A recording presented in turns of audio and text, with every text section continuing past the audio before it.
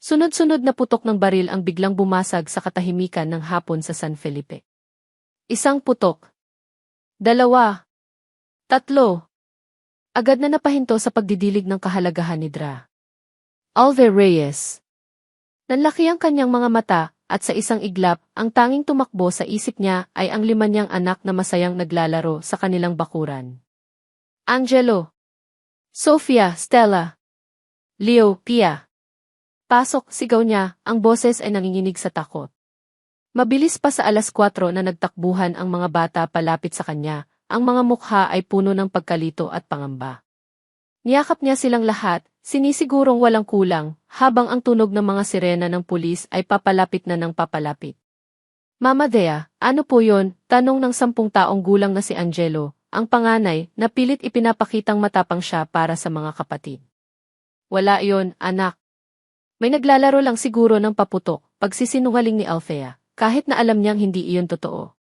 Hinaplos niya ang buhok ng 5 taong gulang na si Pia na humihikbi na sa kanyang dibdib. Dinala niya sila sa loob ng bahay na nakakabit lang sa maliit niyang klinika. Pinaupo niya sila sa sahig, malayo sa mga bintana. Ang dating masayang hapon ay nabalot ngayon ng isang mabigat na tensyon. Nang medyo tumahimik na sa labas at tanging tunog na lang ng mga sirena, sa di kalayuan ang naririnig, dahan-dahan siyang sumilip. Nakita niya ang mga kapitbahay na nag-usyoso, at may police car na huminto sa kanto, 2 kanto mula sa kanila. Huminga siya ng malalim at hinarap ang mga bata. Okay, tapos na. Manood muna kayo ng GE, ha? Huwag lalabas. Dito lang si Mama sa klinika. Tumango ang mga bata. Hinalikan niya sila isa-isa sa noo bago siya pumasok sa pinto na nag-ugnay sa kanilang bahay at sa kanyang community clinic. Ang The Reyes Community Clinic. Maliit lang ito, pero malinis at laging amoy antiseptic. Ito ang mundo niya. Ito ang buhay na binuo niya para sa sarili at sa mga anak na ipinagkatiwala sa kanya ng tadhana. 10 taon ng kapayapaan. 10 taon ng pagsisikap na kalimutan ang nakaraan. Umupo siya sa kanyang upuan at sinubukang pakalmahin ang sarili. Ang mga insidenteng tulad nito ay bihira kay San Felipe, kaya't hindi niya maiwasang kabahan. Maya-maya pa, narinig niya ang pagbukas ng pinto ng klinika. Isang lalaki ang pumasok. Nakasuot ito ng itim na t-shirt at maong, halatang hindi taga roon. May maliit na galos ito sa braso na medyo dumudugo. Mukhang pagod na pagod ito, at may bahid ng dumi sa kanyang mukha. Miss, pasensya na sa abala, sabi ng lalaki, ang boses ay malalim at medyo paos. Pwede bang magpagamot ng sugat? Kahit linisin lang at lagyan ng benda. Tumayo si Althea, isinulat ang kanyang kakayahan sa pagkatao. Sige po, sir. Maupo kayo. Kumuha siya ng bulak, betadine, at benda mula sa kanyang kabinet. Habang papalapit siya sa lalaki, nakayuko pa rin ito, tila iniiwasan ang kanyang tingin. Pinagmasdan niya ang tindig nito. Pamilyar. Ang boses may kung anong kuryenteng gumapang sa kanyang likuran. Saan niyo po nakuha yan? Tanong niya habang inihahanda ang mga gamit sa isang maliit na tray. Hindi agad sumagot ang lalaki. Pagkatapos ng ilang sandali, dahan-dahan itong nag-angat ng tingin. At sa pagkakataong iyon, tumigil ang mundo ni Althea. Ang pag-ikot ng electric fan sa pader. Ang pagaspas ng mga dahon sa labas. Ang tibok ng sarili niyang puso. Lahat ay tila huminto. Ang mga matang iyon. Mas mailalim na ngayon, mas pagod, pero kilalang kilala niya ang mga iyon. Ang mga matang minsan niyang minahal ng higit pa sa kanyang buhay. Ang mga mata ring iyon ang huli niyang nakita bago gumuho ang lahat.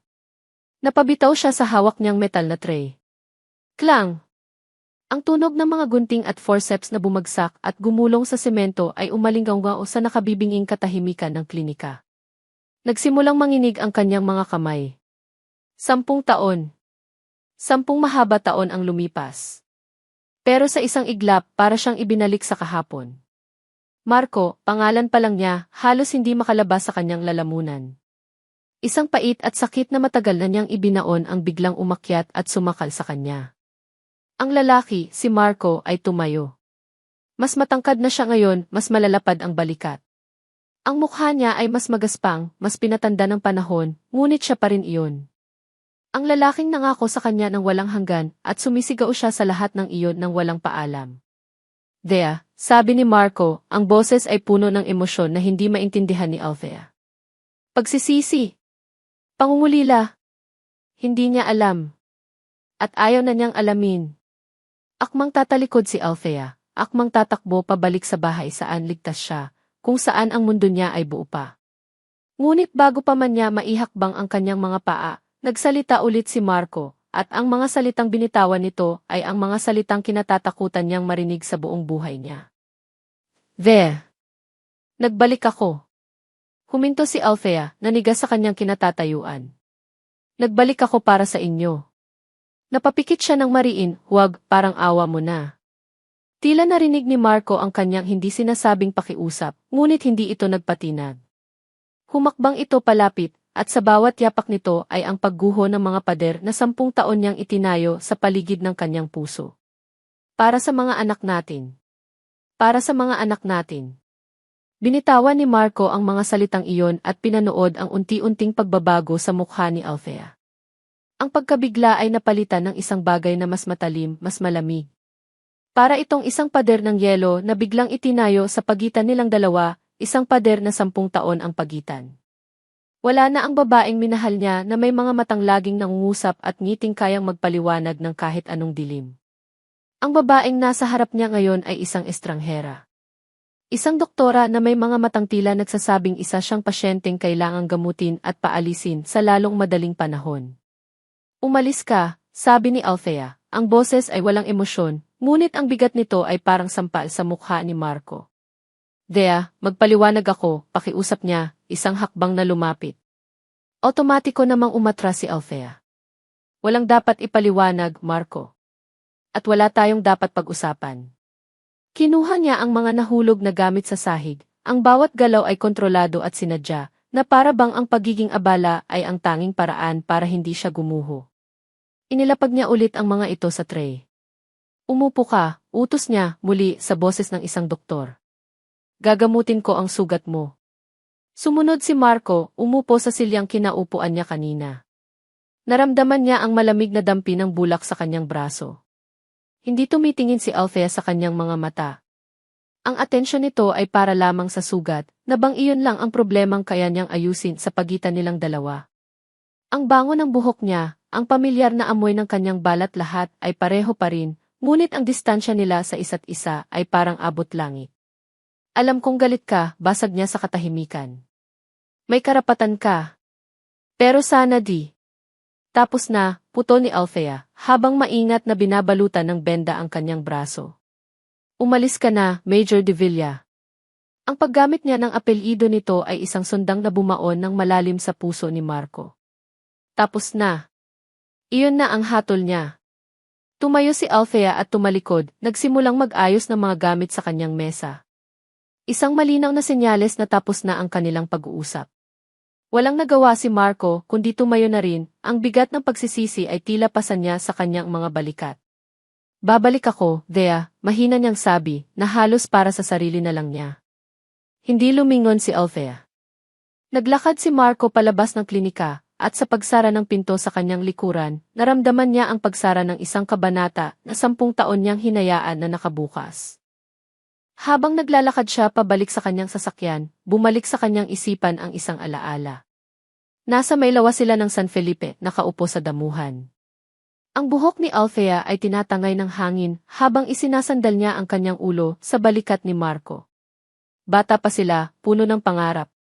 Ilang anak ang gusto mo? Tanong ni Althea. Ang ngiti ay abot tenga. Niyakap siya ni Marco. Kahit ilan. Kahit 1 dosena pa, basta ikaw ang magiging nanay nila. Tumawa si Althea, isang tunog na para kay Marco ay musika. Pangako, Mac ha. Bubuo tayo ng isang masayang pamilya. Walang iwanan. Hinalikan niya ito sa noo. Pangako, Dea. Walang iwanan. Isang pangakong sinira niya. Isang pangakong hanggang ngayon ay bumabagabag sa kanyang konsensya gabi-gabi. Sumakay siya sa kanyang kotse, ngunit hindi niya ito pinaandar. Napahawak siya ng mahigpit sa manibela, lumitaw ang mga ugat sa kanyang braso. Hindi niya masisisi si Althea. Anong paliwanag ang sasabihin niya? Na umalis siya para iligtas ito. Hindi ito maniniwala. Mukha lang siyang duwag na gumagawa ng dahilan. Ngunit nangako siya sa sarili. Hindi na siya tatakbo. Oras na para harapin ang lahat. Pinagmasdan niya ang orasan. Malapit na ang uwian ng mga bata mula sa eskwela. Nagmaneho siya papunta sa direksyon ng San Felipe Elementary School at ipinarada ang kotse sa isang lugar kung saan hindi siya masyadong mapapansin. Ilang sandali pa, tumunog ang bell. Naglabasan ang mga bata, nagtatakbuhan, nagtatawanan. At pagkatapos, nakita niya sila. Nakita niya si Althea, nag-aabang sa labas ng gate. Una siyang nilapitan ng isang batang lalaki na may seryosong mukha, si Angelo marahil. Sumunod ang dalawang magkamukhang babae, ang kambal na sina Sofia at Stella. Pagkatapos ay isang maliit na batang lalaki na tumatakbo ng napakabilis at sa pagtawa nito. Napahigpit lalo ang hawak ni Marco sa manibela. Ang ngiti-ngiti niya iyon. Ayon si Leo. At sa huli, ang isang maliit na babae na mahihiyain na kumapit agad sa palda ni Althea, si Pia. 5 malulusog at magagandang bata. Ang pamilyang pinangarap nila. Ang pamilyang binuo ni Althea ng mag-isa. Isang matinding kirot at pagsisisi ang gumuhit sa puso ni Marco. Ang daming walang taon. Ang dami niyang pinalampas na pagkakataon. Mga unang hakbang, mga unang salita, mga kaarawan. Pero kasabay ng kirot ay ang pag-usbong ng isang matibay na determinasyon. Tapos na ang pagtakbo. Tapos na ang pagmamasid sa malayo. Nakita na niya sila. Buhay sila. At gagawin niya ang lahat para maging bahagi ulit ng buhay nila. Para maging ama sa kanila.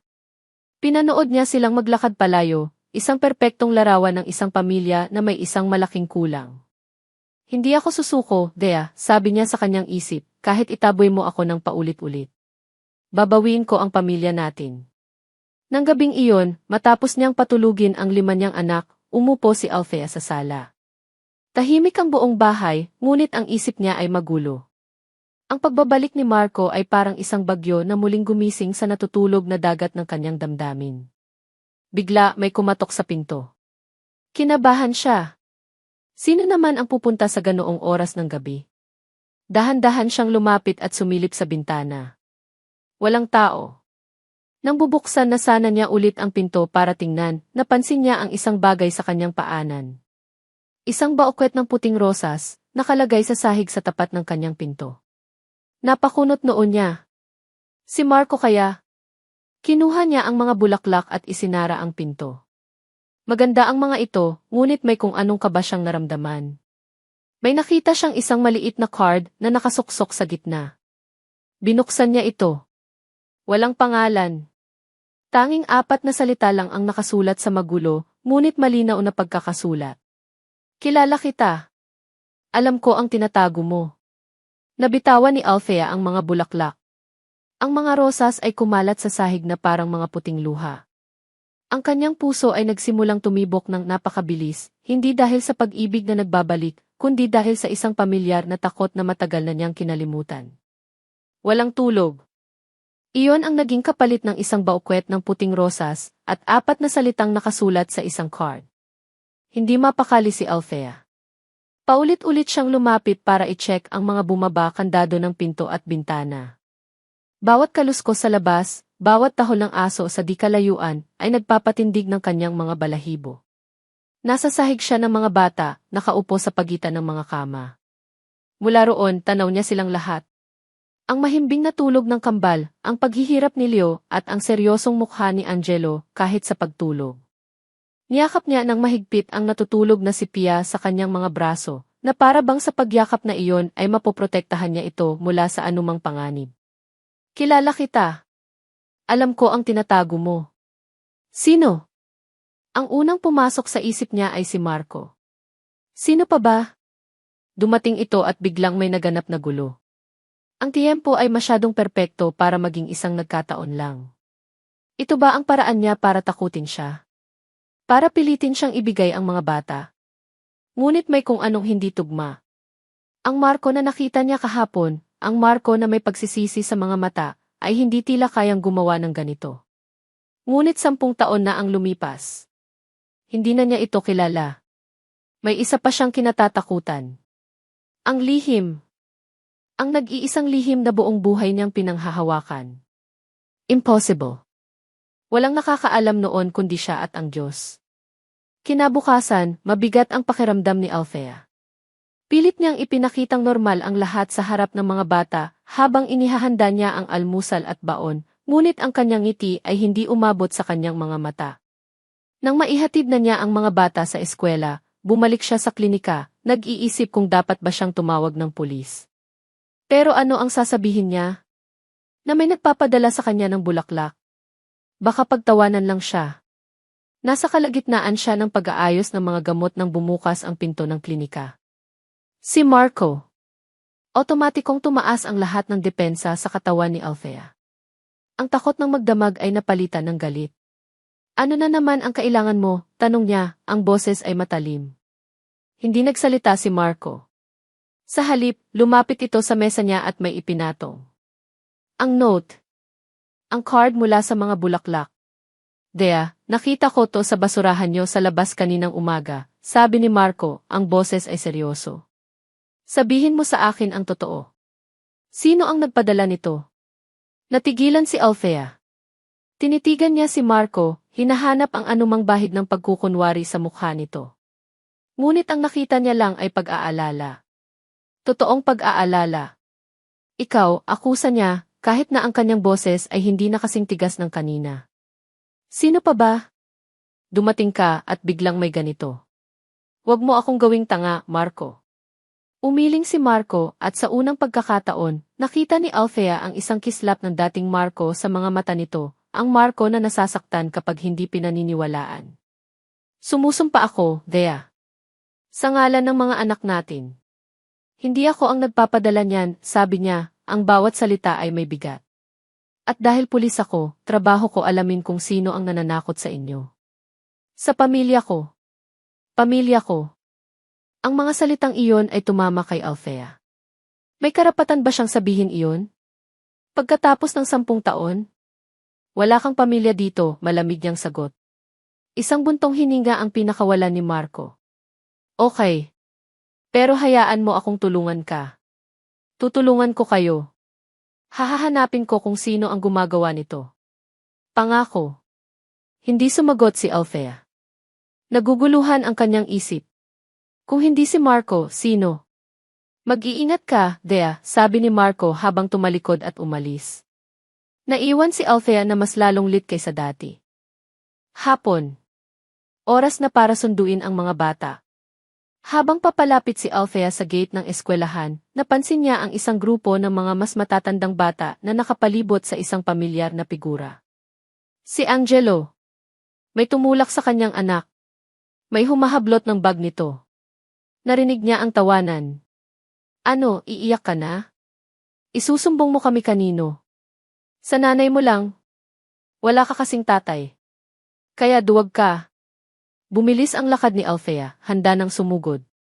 Pero bago pa man siya makalapit, isang lalaki na nakasuot ng itim na jacket ang biglang humarang sa mga batang nambubuli. May problema ba dito, boys? Ang boses ay kalmado ngunit may kapangyarihan. Napahinto ang mga bata at napatingin sa lalaki. Si Marco. Hindi siya nakauniporme, pero ang tindig niya ay sapat na para malaman nilang hindi ito ordinaryong tao. Wala po, sir, sabi ng lider ng grupo, biglang naging maamo ang itsura. Mabuti, sabi ni Marco, ang tingin ay matalim. Dahil ang pambubuli ay hindi gawain ng matatapang. Gawain yan ng mahihina. Ngayon, humingi kayo ng sorry sa kanya at umuwi na kayo. Nagkatinginan ang mga bata at sa takot, dali-dali silang nagsabi ng, sorry, Angelo, bago magsitakbuhan palayo. Naiwan si Angelo na nakayuko, hawak ang kanyang bag dahan-dahang lumuhod si Marco para magpantay sila. Hindi napansin ni Marco si Althea na nanonood mula sa malayo, ang puso niya ay kumakabog sa hindi malamang dahilan. Okay ka lang, champion, tanong ni Marco kay Angelo. Dahan-dahang tumango si Angelo, hindi pa rin tumitingin. Huwag mong intindihin ang mga iyon, sabi ni Marco sa malumanay na boses. Ang pagiging matapang, hindi yan nasusukat kung may tatay ka o wala. Nasusukat yan dito. Itinuro ni Marco ang dibdib ni Angelo. At nakita ko kanina, matapang ka. Hindi ka umiyak. Sa wakas, nag-angat ng tingin si Angelo. May pagtataka at paghanga sa kanyang mga mata.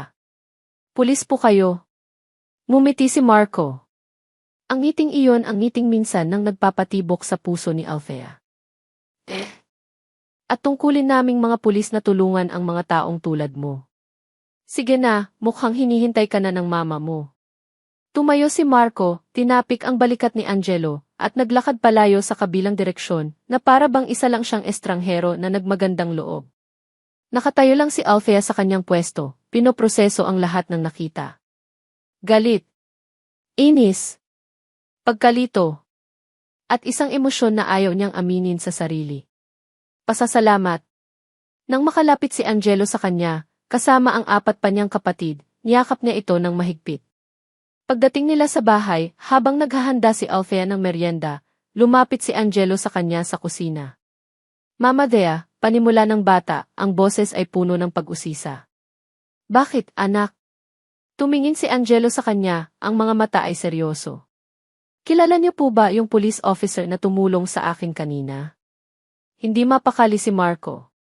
Matapos niyang makausap si Althea tungkol sa note, umalis siya, ngunit ang isip niya ay naiwan sa maliit na klinika na iyon.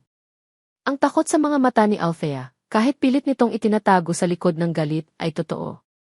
At ang takot na iyon ay nagpapagising sa isang bahagi ng kanyang pagkatao na matagal na niyang sinusubukang kalimutan, ang pagiging investigador. Umupo siya sa loob ng kanyang sasakyan, kinuha ang kanyang cellphone, at nagdaya ng isang numerong matagal na niyang hindi tinatawagan. Pagkatapos ng ilang ring, isang pamilyar na boses ang sumagot. Serrano, sagot ng nasa kabilang linya. Serrano, pre. Si Marco to, sabi ni Marco, seryoso ang boses. Narinig niya ang pagkabigla sa boses ng kaibigan. Major. Sir. Buhay ka pa pala. Saan ka nagsusuot? Mahabang kwento. Makikinig ka ba? Naman. Ano nang meron? May kailangan akong pabor. Off the books.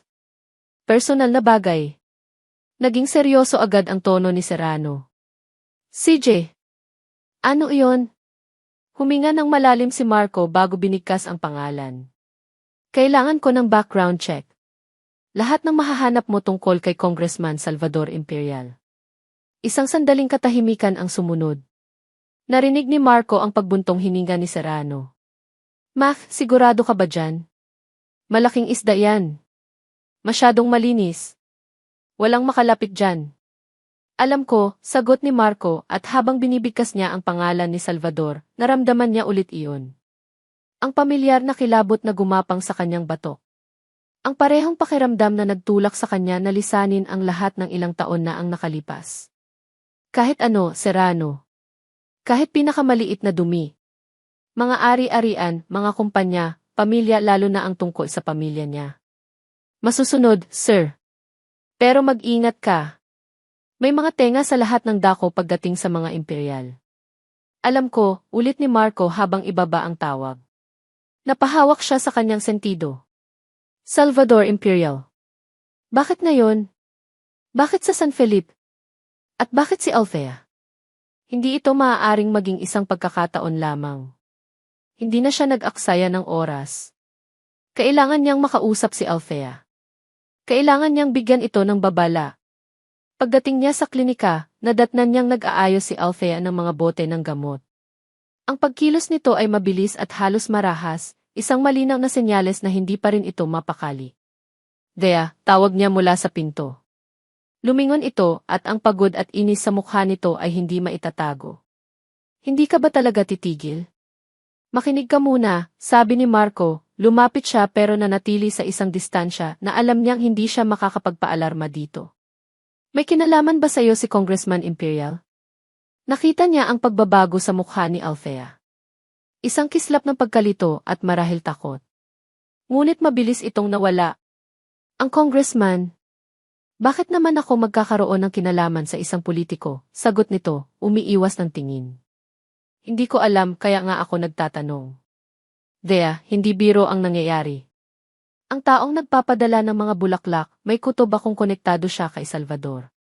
Tumawa si Althea, ngunit ang tawa niya ay walang saya. Marco, ano ba to? Isang malaking palabas para mapalapit ka sa akin at sa mga bata. Gagawa-gawa ka ng kwento tungkol sa mga gangster at mga politiko para magmukha kang babae. Pwes, hindi gagana yan sa akin. Nasaktan si Marco, ngunit hindi niya ipinakita. Hindi ito palabas. Lumapit siya ng isang hakbang, ang kanyang mga mata ay seryosong nakatitig sa kanya. Mag-ingat ka, Thea. May malaking problema na darating. Tinalikuran siya ni Althea. Umalis ka na. Marami pa akong trabaho. Alam ni Marco na wala nang patutunguhan ang usapan.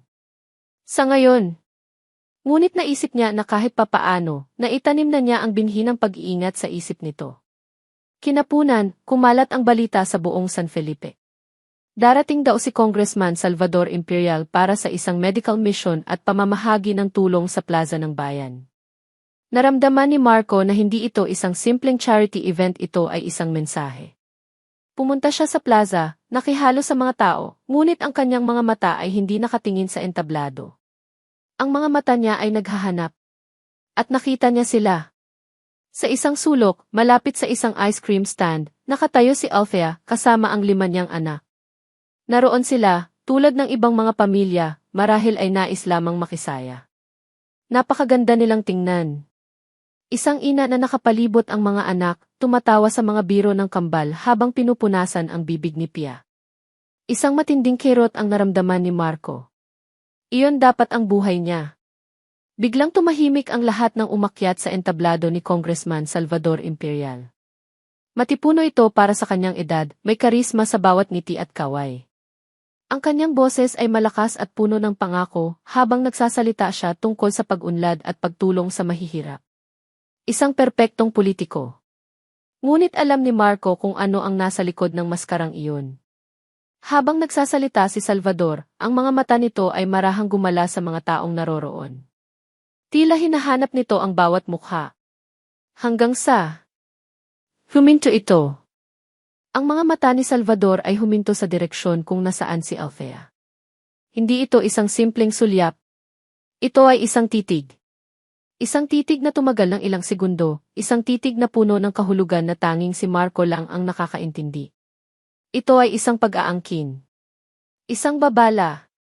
Kasabay noon, ang lahat ng takot at hinala ni Marco ay nagkaroon ng kumpirmasyon. Nang matapos ang programa, nagsimula ng mag-alisan ang mga tao. Napanood ni Marco si Althea na inaayos ang mga anak para umuwi na. Nakahinga siya ng maluwag nang magsimula na silang maglakad palayo sa entablado.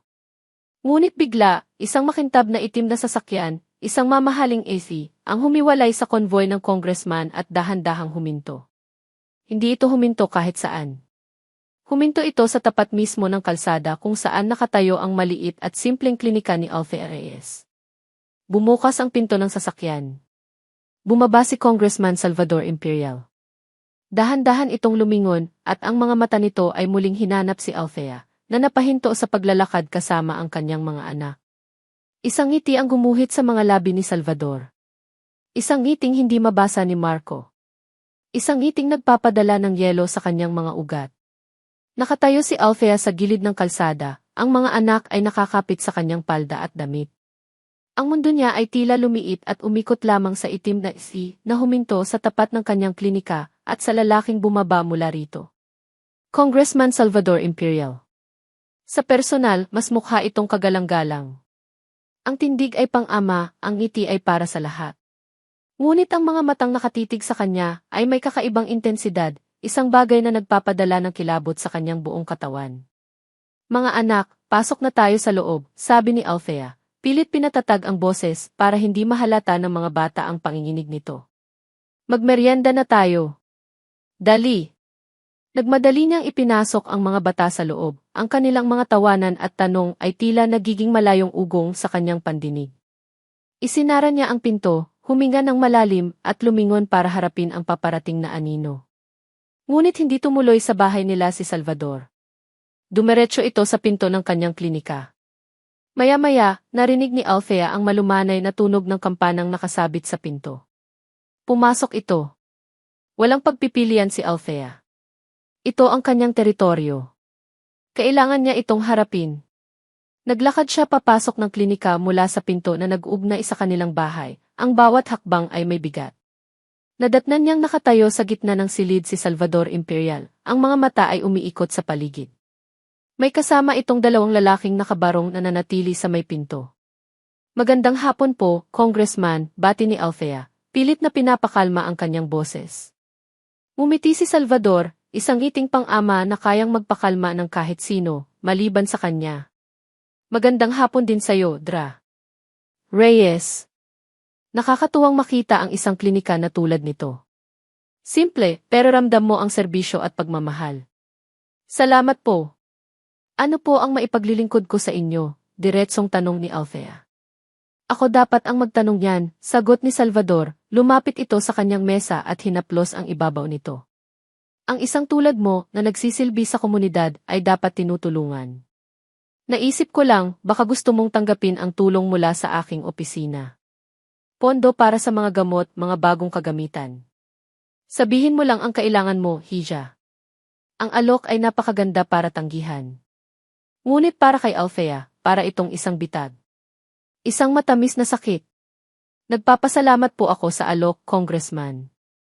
Pero sa ngayon, sapat pa naman po ang lahat, magalang niyang tanggi. Tila hindi iyon narinig ni Salvador. Nagpatuloy ito sa paglalakad, para bang pag-aari nito ang lugar. Nabalitaan ko, bumalik na pala si Major de Villa sa bahay. Nanigas si Althea. Heto na. Matagal ko nang kilala ang batang iyan, patuloy ni Salvador, ang tono ay nagbago, naging mas personal. Isang mahusay na pulis. Masyadong mapusok noong kabataan niya. Alam mo ba, may mga desisyon siyang ginawa noon na naging dahilan ng maraming komplikasyon. Pinili ni Althea na manahimik. Ang kanyang puso ay nagsimulang tumibok ng mabilis. May isang kaso noon, sabi ni Salvador, na para bang nagkukwento lang ng isang lumang alaala. Tumingin ito sa kanya, ang mga mata ay puno ng kunwaring panghihinayang. Sayang. Napakagaling pa naman sana niyang investigador. Pero kung minsan, kapag masyado kang lumapit sa apoy, napapasok ka. Nakakalungkot na nasangkot siya sa isang maduming negosyo. Iyon ang dahilan kung bakit kinailangan niyang mawala ng matagal. Ang bawat salita ni Salvador ay parang laso na dahan-dahang kumakalat sa isipan ni Althea. Sinisiraan nito ang nag-iisang hibla ng pag-asang totoo ang sinabi ni Marco na umalis ito para protektahan siya. Pinalalabas ni Salvador na si Marco ay hindi isang babae, kundi isang duwag na tumakas mula sa sarili nitong kasalanan. Maging maingat ka lang, Hija, pagtatapos ni Salvador. Tinapik nito ang kanyang balikat na parabang isa siyang mapagmahal na tiyuhin. Hindi lahat ng tao ay tulad ng inaakala mo. Kung kailangan mo ng anumang tulong, bukas ang opisina ko para sa iyo. At sa isang iglap, umalis na ito, kasama ang dalawang alalay nito. Iniwan si Althea na nakatayo, nanginginig at puno ng pagdududa. Sino ang paniniwalaan niya? Ang lalaking minsan na siyang iniwan, o ang isang makapangyarihang tao na nag-aalok ng tulong? Gabi na nang muling magpakita si Marco. Kumatok ito sa pinto ng klinika, at nang pagbuksan siya ni Althea, nakita niya agad ang pagbabago sa mga mata nito. Bumalik ang pader. Mas mataas, mas matibay. Nakita ko si Congressman Imperial dito kanina, bungad ni Marco, ang boses ay puno ng pag-aalala. Anong sinabi niya sa'yo? Tinitigan siya ni Althea, ang mga salita ni Salvador ay umuulit sa kanyang isip. Maduming negosyo kinailangang mawala. Wala, malamig niyang sagot. Nag-alok lang siya ng tulong para sa klinika. At naniwala ka, tanong ni Marco. Bakit hindi, ganti ni Althea, ang boses ay may bahid na ng sarkasmo. Dapat ba mas maniwala ako sa'yo? Sa isang taong 10 taong nagtatago. Nasaktan si Marco. Dea, hindi mo naiintindihan. Ano ang hindi ko naiintindihan, Marco? Putol niya, ang emosyon ay nagsimula ng umakyat. Anong maduming negosyo ang kinasangkutan mo noon kaya biglang nawala? Sabihin mo. Natigilan si Marco. Ang tanong ay isang diretsong tama sa kanya. Hindi siya makasagot. Hindi niya pwedeng sabihin ang totoo. Hindi pa. Ang kanyang pananahimik ay naging sagot para kay Althea. Kumpirmasyon. Kasabay ng kanilang tensyonadong katahimikan, isang motor ang huminto sa labas. Isang delivery boy ang bumaba at may iniabot na isang malaking brown envelope kay Althea. Para po kay Dra. Alve Reyes. Kinuha ito ni Althea, nagtataka. Nang makaalis ang motor, tiningnan niya ang envelope. Walang nakasulat kung kaninong galing. Dahan-dahan niya itong binuksan sa harap ni Marco. Sa loob, may isang manipis na folder. Binuklat niya ito. Ang kanyang hininga ay naputol. Mga litrato. Mga litrato ni Marco na nakikipagkita sa mga kilalang kriminal sa Maynila. Isang litrato niya na may hawak na isang bag na puno ng pera. Mga kopya ng bank statement na nagpapakita ng malalaking deposito sa isang account na nakapangalan sa kanya. Lahat ay mukhang opisyal. Mukhang ebidensya mula sa isang tunay na investigasyon. Napatingin siya mula sa mga litrato papunta kay Marco, ang mukha niya ay namumutla. Ang pagdududa na itinanim ni Salvador kaninang hapon ay namumula na ngayon. Ito na ang bunga. Isang kasuklam-suklam na katotohanan. Ano-ano to? Nanginginig niyang tanong, habang dahan-dahang ipinapakita ang mga litrato kay Marco, na nanlaki ang mga mata sa pagkabigla. Parang isang suntok sa sikmura. Ganoon ang naramdaman ni Marco habang nakatingin sa mga litratong hawak ni Althea. Ang kanyang mukha na nakaipit sa mga eksenang hindi kailanman nangyari. Ang kanyang pangalan na nakasulat sa mga dokumentong gawa-gawa lamang. Perpekto ang pagkagawa. Malinis. Walang bakas ng pagiging peke sa unang tingin. Trabaho ito ng isang profesional. Trabaho ito ng isang taong may kapangyarihan at walang katapusan yaman. Trabaho ito ni Salvador Imperial.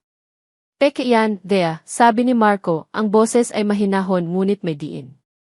Ngunit kahit sa sarili niyang pandinig, ang kanyang mga salita ay parang walang bigat na kumpara sa bigat ng iebidensya na nasa kamay ni Althea. Tumawa si Althea, isang tawang puno ng pait at pagkasuklam. Pek! Marco, nakikita ko. Malinaw na malinaw. Ito ba iyon? Ito ba ang dahilan kung bakit ka umalis? Dahil isa ka palang kriminal na tumatakbo sa batas? Bawat salita ay isang patalim na bumaon sa puso ni Marco. Ang makita ang pagkasuklam sa mga mata ng babaeng minsan ay tumingin sa kanya nang may buong paghanga at pagmamahal iyon ang parusang mas masahol pa sa kahit anong kulungan. Hindi yan totoo, git niya, humakbang siya palapit, ngunit umatras lang si Althea, na para bang isa siyang sakit na nakakahawa. Huwag kang lalapit, sigaw nito, ang mga luha ay nagsimula ng mamuo sa kanyang mga mata. 10 taon, Marco. 10 taon kong tinanong ang sarili ko kung anong mali sa akin. Kung bakit hindi ako sapat para sa'yo. Yun pala. Yun pala, hindi naman ako ang problema. Ikaw. Ikaw at ang madumi mong buhay. Hinagis ni Althea ang folder sa sahig. Ang mga litrato ay kumalat, mga piraso ng kasinungalingan na sumisira sa anumang natitirang pag-asa sa pagitan nila. Naiintindihan ko na ngayon kung bakit ayaw mong magpaliwanag, patuloy ni Althea, ang boses ay basag na. Dahil wala ka namang malinis na maipapaliwanag. Sa puntong iyon, may nabasag sa loob ni Marco. Ang pasensya. Ang pagtitimpi. Ang plano niyang dahan-dahang bawiin ang tiwala nito. Lahat ay naglaho. Pinalibutan siya ng mga pader ng akusasyon at wala siyang ibang magawa kundi sirain ang mga ito sa tanging paraan na alam niya. Tama, Gine. Ang sigaw ni Marco ay umalinggaw sa loob ng klinika, sapat para mapatigil si Althea. Ang kanyang mga mata ay nag-aapoy sa sakit at desperasyon. Gusto mong malaman ang totoo? Ha? Gusto mong malaman kung bakit ako umalis? Nanginginig ang kanyang mga kamay. Ang kanyang puso ay dumadagundong sa kanyang dibdib. Umalis ako para iligtas ka. Mula sa kanya. Mula kay Salvador. Natigilan si Althea. Ang galit sa kanyang mukha ay napalitan ng lubos na pagkalito. At sa katahimikan iyon, bumalik si Marco sa nakaraan. 10 taon na ang nakalipas. Nasa loob siya ng isang malamig at madilim na opisina. Mas bata pa siya, isang police lieutenant na puno ng pangarap at idealismo. Sa harap niya ay nakaupo si Salvador Imperial, hindi pa congressman noon, ngunit isa ng makapangyarihang negosyante na may koneksyon sa lahat ng sulok ng gobyerno. Ilang buwan ng palihim na iniimbestigahan ni Marco ang smuggling operations ni Salvador. Palapit na siya. Malapit na niyang makuha ang ebidensyang kailangan niya. Ngumiti si Salvador, isang ngiting hindi umabot sa mga mata. Police Lieutenant de Villa. Napakagaling mo, bata. Masyadong magaling. Kinuha ni Salvador ang isang litrato mula sa drawer ng kanyang mesa at dahan-dahan itong itinulak palapit kay Marco. Pero minsan, ang pagiging magaling ay isang kapahamakan. Nang tingnan ni Marco ang litrato, nanlamig ang kanyang buong katawan. Ito ay isang litrato ni Althea. Nakangiti ito, nakaupo sa isang bench sa parke, kumakain ng ice cream. Isang litratong kuha ng hindi nito alam. Isang litrato na nagsasabing, alam ko kung saan siya hahanapin. Kaya ko siyang saktan kahit anong oras. Ang ganda ng girlfriend mo, iho, sabi ni Salvador sa malumanay ngunit nakakakilabot ang boses. Masayahin. Inosente. Sayang naman kung madamay siya sa gulo. Alam mo na, ang mga aksidente nangyayari kahit saan. Iyon ang unang pagkakataon sa buhay ni Marco na nakaramdam siya ng tunay na takot. Takot hindi para sa sarili niya, kundi para sa babaeng mas mahal pa niya sa kanyang buhay. Itigil mo ang investigasyon, utos ni Salvador. At lumayo ka sa kanya. Lumayo ka sa lugar na ito. Huwag kang magpapakita kailanman. Kapag ginawa mo yan, mananatili siyang ligtas. Isang maling galaw mo lang, Marco, at baka hindi mo na siya makitang ngumiti ulit. Bumalik si Marco sa kasalukuyan. Siya ay nakayuko, ang mga kamay ay nakasapo sa kanyang ulo, na para bang binabalikan niya ang lahat ng sakit ng desisyong iyon. Nakatayo lang si Althea, nakatingin sa kanya. Ang mga litrato sa sahig ay tila nawalan na ng saysay. Ang kanyang mundo ay muling binaliktad. Ang katahimikan ay mabigat, puno ng mga salitang hindi masabi. Dahan-dahang lumapit si Althea, hindi na umatras. Nakita niya ang sakit sa mga mata ni Marco. Isang sakit na totoo, hindi kayang pekin. Kung totoo ang sinasabi mo di.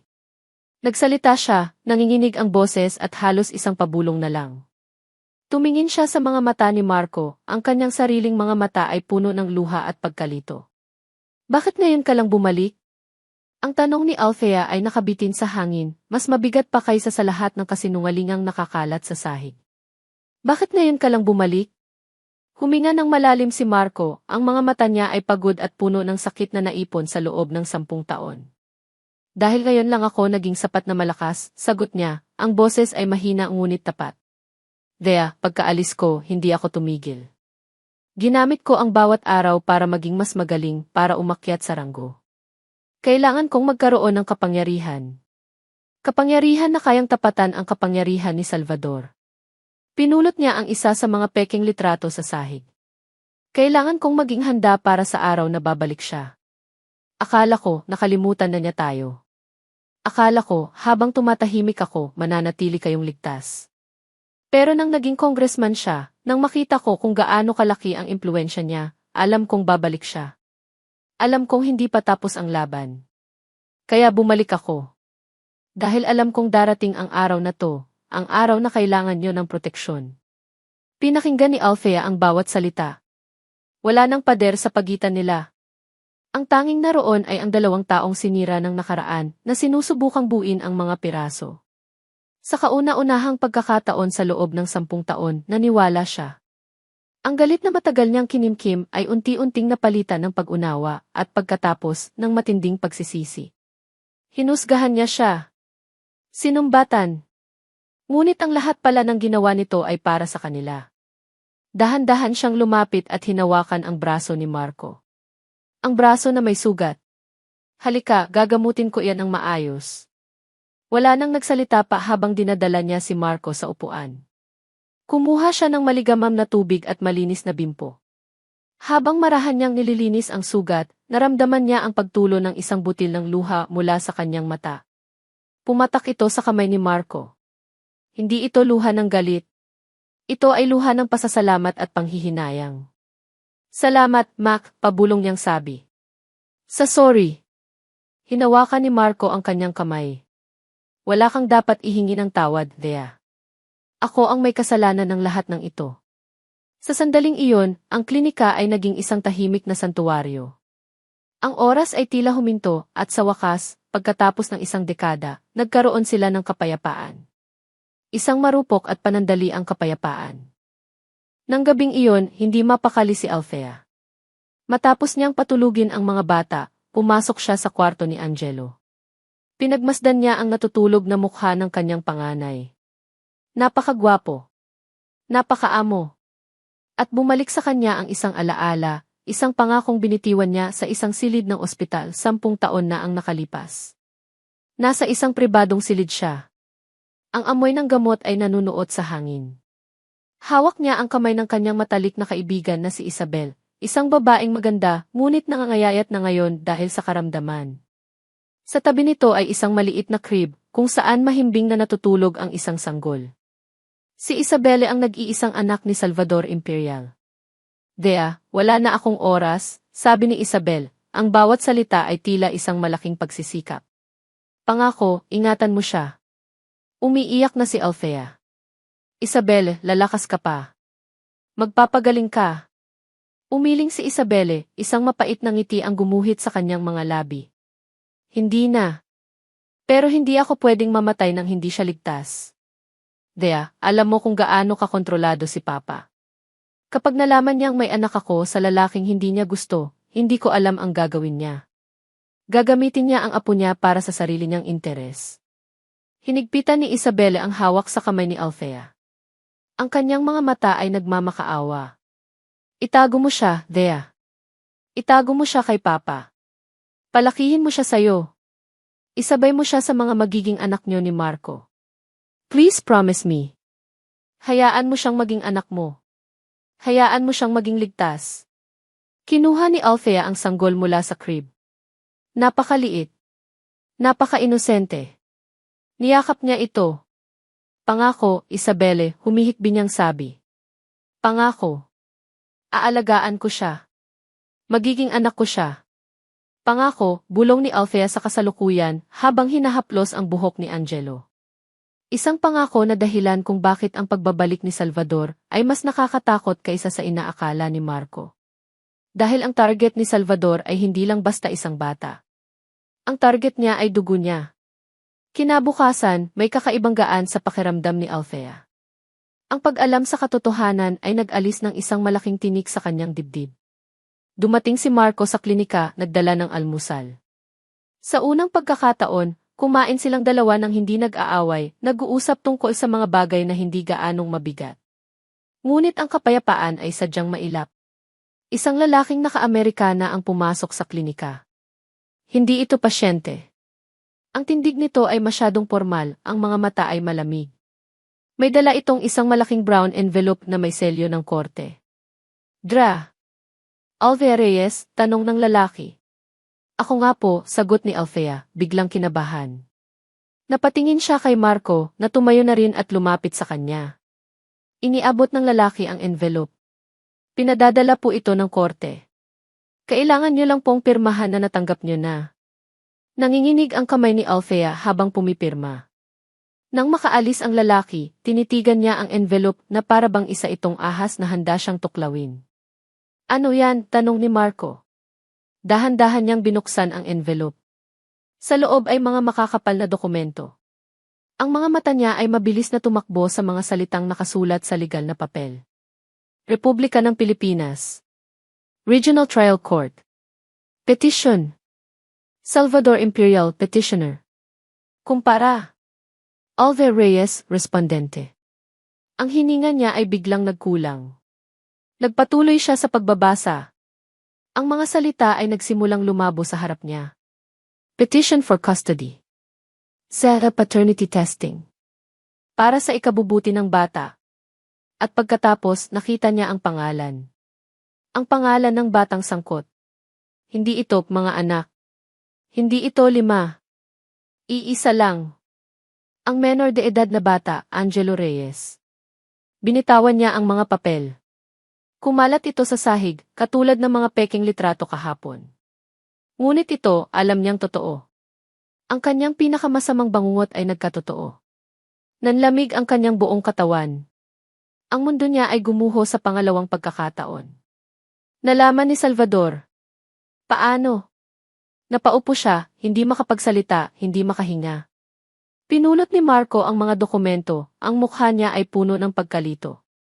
Binasa niya ito ng mabilis, ang kanyang mga kilay ay nagsalubong. Hindi niya maintindihan. Bakit? Bakit si Angelo lang? Anong kinalaman ni Salvador kay Angelo? Bakit niya hinihingi ang kustodya ng isang bata na alam niyang hindi naman sa kanya? Tumingin siya kay Althea, na nakatulala at maputlang maputla, ang mga mata ay puno ng purong takot at desperasyon. Ang tiwalang kasisilangan lang ulit sa pagitan nila ay biglang nagkaroon ng lamat. May isang piraso ng puzzle na hindi pa niya alam. Ang pinakamahalagang piraso. Betty. Tawag ni Marco, ang boses niya ay naguguluhan at may bahid na ng hinala. Hinawakan niya ang mga papel. Anong ibig sabihin ito? Bakit si Angelo lang? Tumingin siya ng diretso sa mga mata ni Althea. Sino si Angelo? Sino si Angelo? Ang tanong ni Marco ay hindi isang sigaw. Ito ay mas malala. Ito ay isang mahinahon, matalim na tanong na tumago sa lahat ng depensa ni Althea at bumaon sa pinakatatago niyang lihim. Nakatitig siya kay Marco at sa mga mata nito, nakita niya ang pagkalito na dahan-dahang nagiging hinala. Ang tiwalang kapipisilang nila mula sa mga abo ng nakaraan ay biglang naging marupok na salamin na may malaking lamat sa gitna. Umiling si Althea, ang mga luha ay bumabagsak na sa kanyang pisngi. Hindi mo maiintindihan.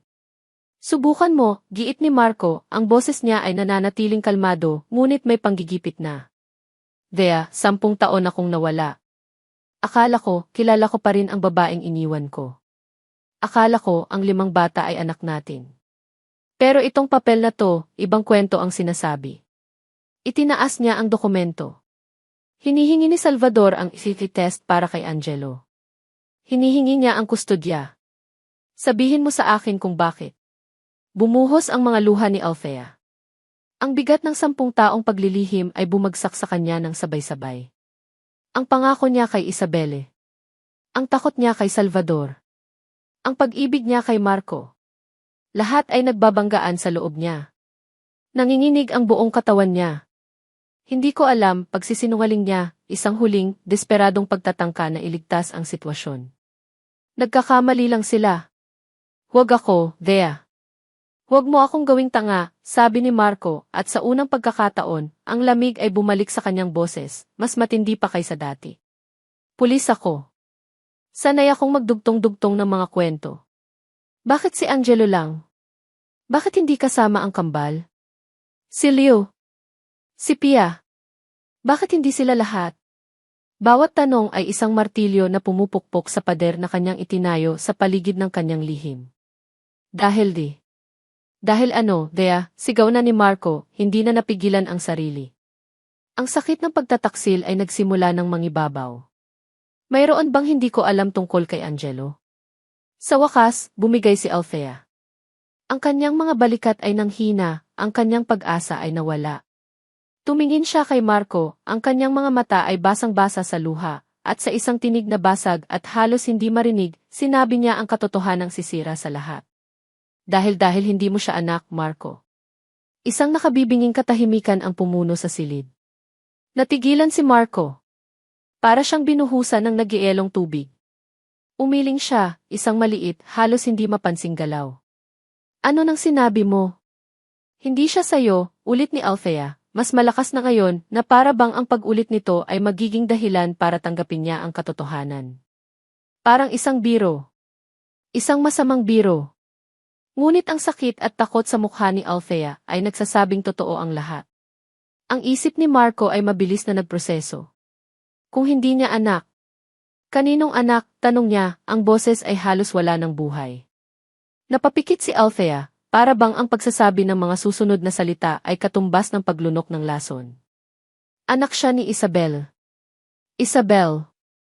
Ang pangalan ay pamilyar. Ang matalik na kaibigan ni Althea. Ang babaeng matagal nang pumanaw. At sa isang iglap, ang lahat ng piraso ng puzzle ay nagkadugtong-dugtong sa isipan ni Marco nang may kasamang nakakakilabot na kalinawan. Si Isabel. Ang nag-iisang anak ni Salvador. Anak siya ng anak ni Salvador, pag-amin ni Althea, habang humihikbi. Ang kanyang huling salita ay ang pinal na pako sa kabaong. Apo siya ni Salvador Imperial. Gumuho ang mundo ni Marco. Hindi dahil sa hindi niya anak si Angelo. Minahal na niya ang bata mula sa malayo bilang sarili niya. Gumuho ang mundo niya dahil sa kasinungalingan. Nagbalik siya para itama ang isang pagkakamali, para ng tawad sa isang kasinungalingang humingi. Ngunit ang buong pagbabalik niya, ang buong pundasyon ng kanyang determinasyon, ay nakatayo pala sa isa pang kasinungalingan. Isang kasinungalingang itinago sa kanya ng babaeng pinag-alayan niya ng kanyang kaligtasan. Nagsinungaling ka, sabi ni Marco, hindi isang akusasyon, kundi isang katotohanang masakit tanggapin. Tumingin siya kay Althea na para bang ngayon niya lang ito nakita. Isang estranghera. Isang estrangherang pinagkatiwalaan niya ng kanyang puso at ng kanyang mga anak. Nagsinungaling ka sa akin. Umatras siya, dahan-dahan, na para bang natatakot na mahawa sa mga kasinungalingang bumabalot sa silid. Ang tiwala, ang pag-unawa, ang pangalawang pagkakataon, lahat ay naging abo. Marco, pakinggan mo ako. Pagmamakaawa ni Althea. Pero hindi na siya nakikinig. Tumalikod si Marco at naglakad palabas ng klinika. Hindi niya sinipa ang pinto. Hindi siya nagdabog. Naglakad lang siya palayo, at ang katahimikan ng kanyang pag-alis ay mas masakit kaysa sa kahit anong sigaw. Kasabay ng kanyang pag-alis, nagsimulang pumatak ang ulan sa labas. Dahan-dahan sa simula, pagkatapos ay lumakas, na para bang nakikidalamhati ang langit sa pagkasira ng kanilang mga puso. Naiwan si Althea sa gitna ng klinika, nanginginig, basang-basa sa luha, at nag-iisa. Ganap na nag-iisa. Sa sandaling iyon, tumunog ang kanyang cellphone. Nanginginig niyang kinuha ito mula sa kanyang bulsa. Isang hindi pamilyar na numero. Sinagot niya ito. Hello. Isang pamilyar na boses ang sumagot mula sa kabilang linya. Kalmado. Malamig. Nagtatagumpay. Ngayon, Dra. Reyes, naiintindihan mo na ba, sabi ni Salvador Imperial. Ibibigay mo sa akin ang apo ko, o sisirain ko ang lahat ng mahalaga sa'yo. Amoy ng alak at usok ng sigarilyo. Iyon ang naging kanlungan ni Marco. Nakaupo siya sa isang madilim na sulok ng isang maliit na bar sa kabilang bayan, malayo sa San Felipe, malayo sa mga matang mapanghusga, at higit sa lahat, malayo kay Althea. Ang baso sa kanyang harap ay pang-apat na niya, ngunit ang alak ay tila walang epekto. Ang sakit na nararamdaman niya ay hindi kayang patayin ng kahit anong tapang ng inumin. Hindi mo siya anak, Marco. Apo siya ni Salvador Imperial. Nagsinungaling ka sa akin. Ang mga salita ay paulit-ulit na tumatakbo sa kanyang isipan, isang sirang plaka ng pagtataksil. Niloko siya. Hindi lang basta niloko, ang buong pundasyon ng kanyang sakripisyo ay ginawang isang malaking katatawanan. Umalis siya para iligtas si Althea at ang kanila anak mula kay Salvador. Iyon pala, sa lahat ng panahon iyon, inaalagaan pala ni Althea ang dugo mismo ng kanyang kaaway. Isang malupit na kabalintunaan. Isang biro ng tadhana na hindi niya kayang tawanan. Napahigpit ang kanyang hawak sa baso, ang kanyang mga buko ay namuti. Gusto niyang magalit. Gusto niyang sumigaw. Gusto niyang sisihin si Althea sa lahat. Pero sa lahat ng galit ay may malalim na emosyon, isang matinding kirot. Kinuha niya ang kanyang cellphone, ang daliri ay nagbabantang i-delete ang numero ni Althea, na para bang sa pagbura noon ay mabubura na rin niya ang sakit. Pero hindi niya magawa. Sa halip, binuksan niya ang kanyang gallery. Ang unang larawan, isang malabong kuhang larawan mula sa malayo. Si Althea, kasama ang 5 bata, kumakain ng ice cream sa plaza. Ang tanging larawan na mayroon siya ng kanyang pamilya, ng kanyang pamilyang basag. Pinagmasdan niya ang mga mukha sa litrato. Si Angelo. Ang batang hindi pala kanya. Ang dahilan ng lahat ng gulo ngayon. At pagkatapos ang 4 pa. Ang kambal na sina Sofia at Stella na may mga matang tulad ng kay Althea. Si Pia, ang bunso, nakamukha ng kanyang ina noong bata pa ito. At si Leo. Ang batang may ngiti na parang salamin ang sarili niyang ngiti noong bata pa siya. Sila. Ang 4 na iyon.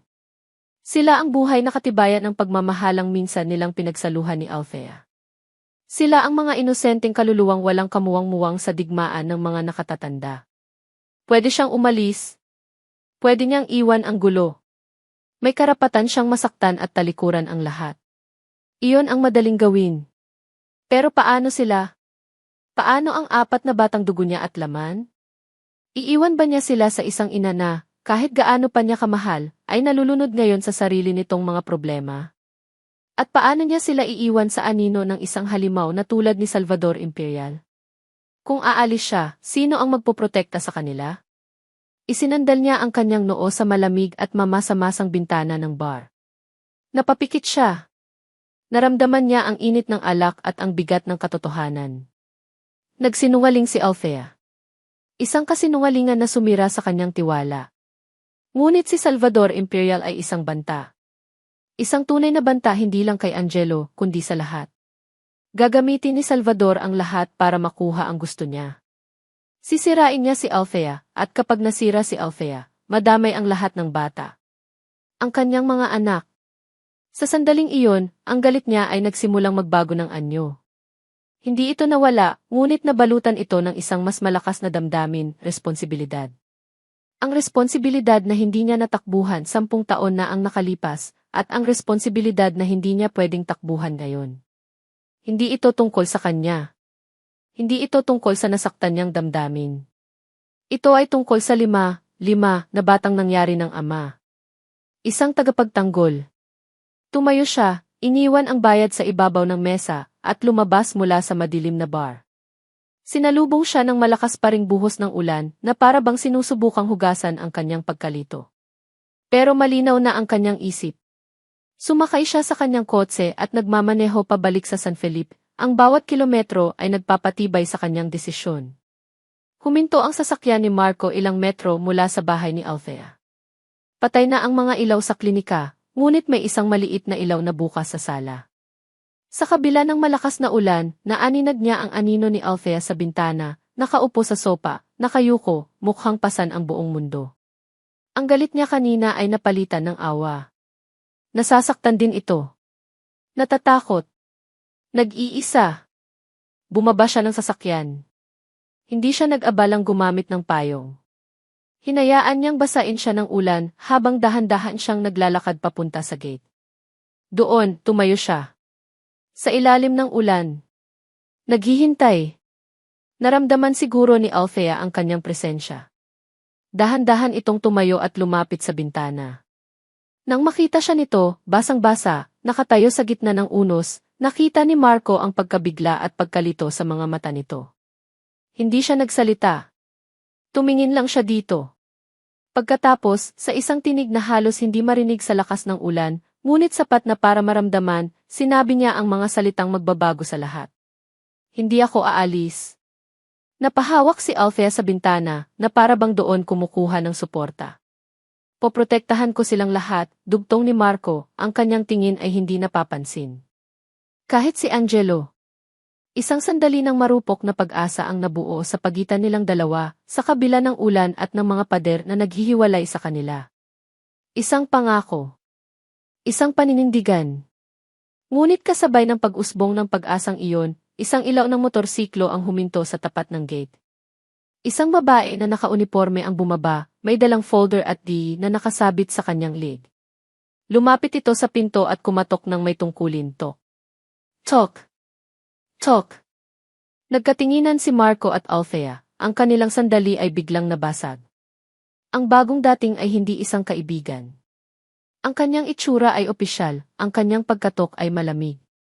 Isa siyang social worker mula sa SEVE, na ipinadala ni Salvador para simulan ang susunod na yugto ng kanyang atake, ang ipagsisiyasat sa kakayahan ni Althea bilang isang ina. Ang pagkatok sa pinto ay parang hatol, tok. Tok! Tok! Nagkatinginan si Althea at si Marco, siya na nasa loob ng bahay, at si Marco na nasa labas, basang-basa sa ilalim ng ulan. Ang sandali ng marupok na pag-asa ay biglang pinunit ng malupit na katotohanan. Nagsimula na ang giyera. Walang pagpipilian si Althea. Huminga siya ng malalim, pinunasan ang kanyang mga luha, at pilit na kinumpas ang sarili bago buksan ang pinto. Isang babae na nasa mga 40 anyos ang edad, nakasuot ng uniforme ng SEV, ang sumalubong sa kanya. Ang ngiti nito ay formal, ang mga mata ay mapanuri. Magandang gabi po. Ako po si Igres Gatchalian mula sa SETI, sabi ng babae. Maaari po ba akong pumasok? Mayroon lang po kaming gagawing home visit assessment. Assessment, ulit ni Althea, ang puso niya ay kumakarera. Sa likod ni Igres Gatchalian, nakita niya si Marco na mabilis na naglakad palapit mula sa gate. Ang pag-aalala sa mukha nito ay malinaw. Sino yan, mahal? Tanong ni Marco, ang paggamit niya ng salitang mahal ay kasing natural ang paghinga na para bang iyon ang tawag niya kay Althea araw-araw. Otomatiko niyang inilagay ang kanyang kamay sa likod ni Althea, 1 kilo ng suporta at pag-aangkin. Isang palabas. Kailangan nilang umarte. Naintindihan agad ni Althea. Tumango siya. Galing daw po sa SETI. Assessment daw para sa mga bata. Humarap si Marco kay Igres Gatchalian, ang kanyang pinangako bilang isang police major ay lumabas. Magandang gabi, ma'am. Ako po si Major Marco de Villa, ang ama ng mga bata. Pasensya na sa itsura ko, galing ako sa labas.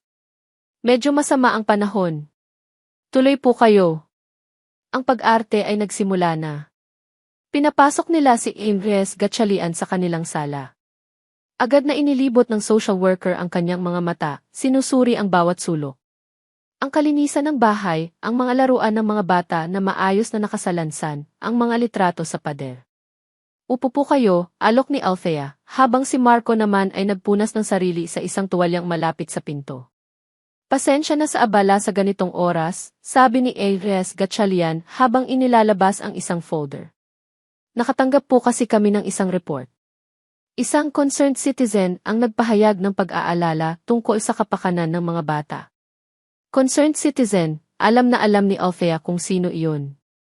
Si Salvador. Pag-aalala? Bakit naman po? Tanong ni Althea, pilit pinapanatiling kalmado ang kanyang boses.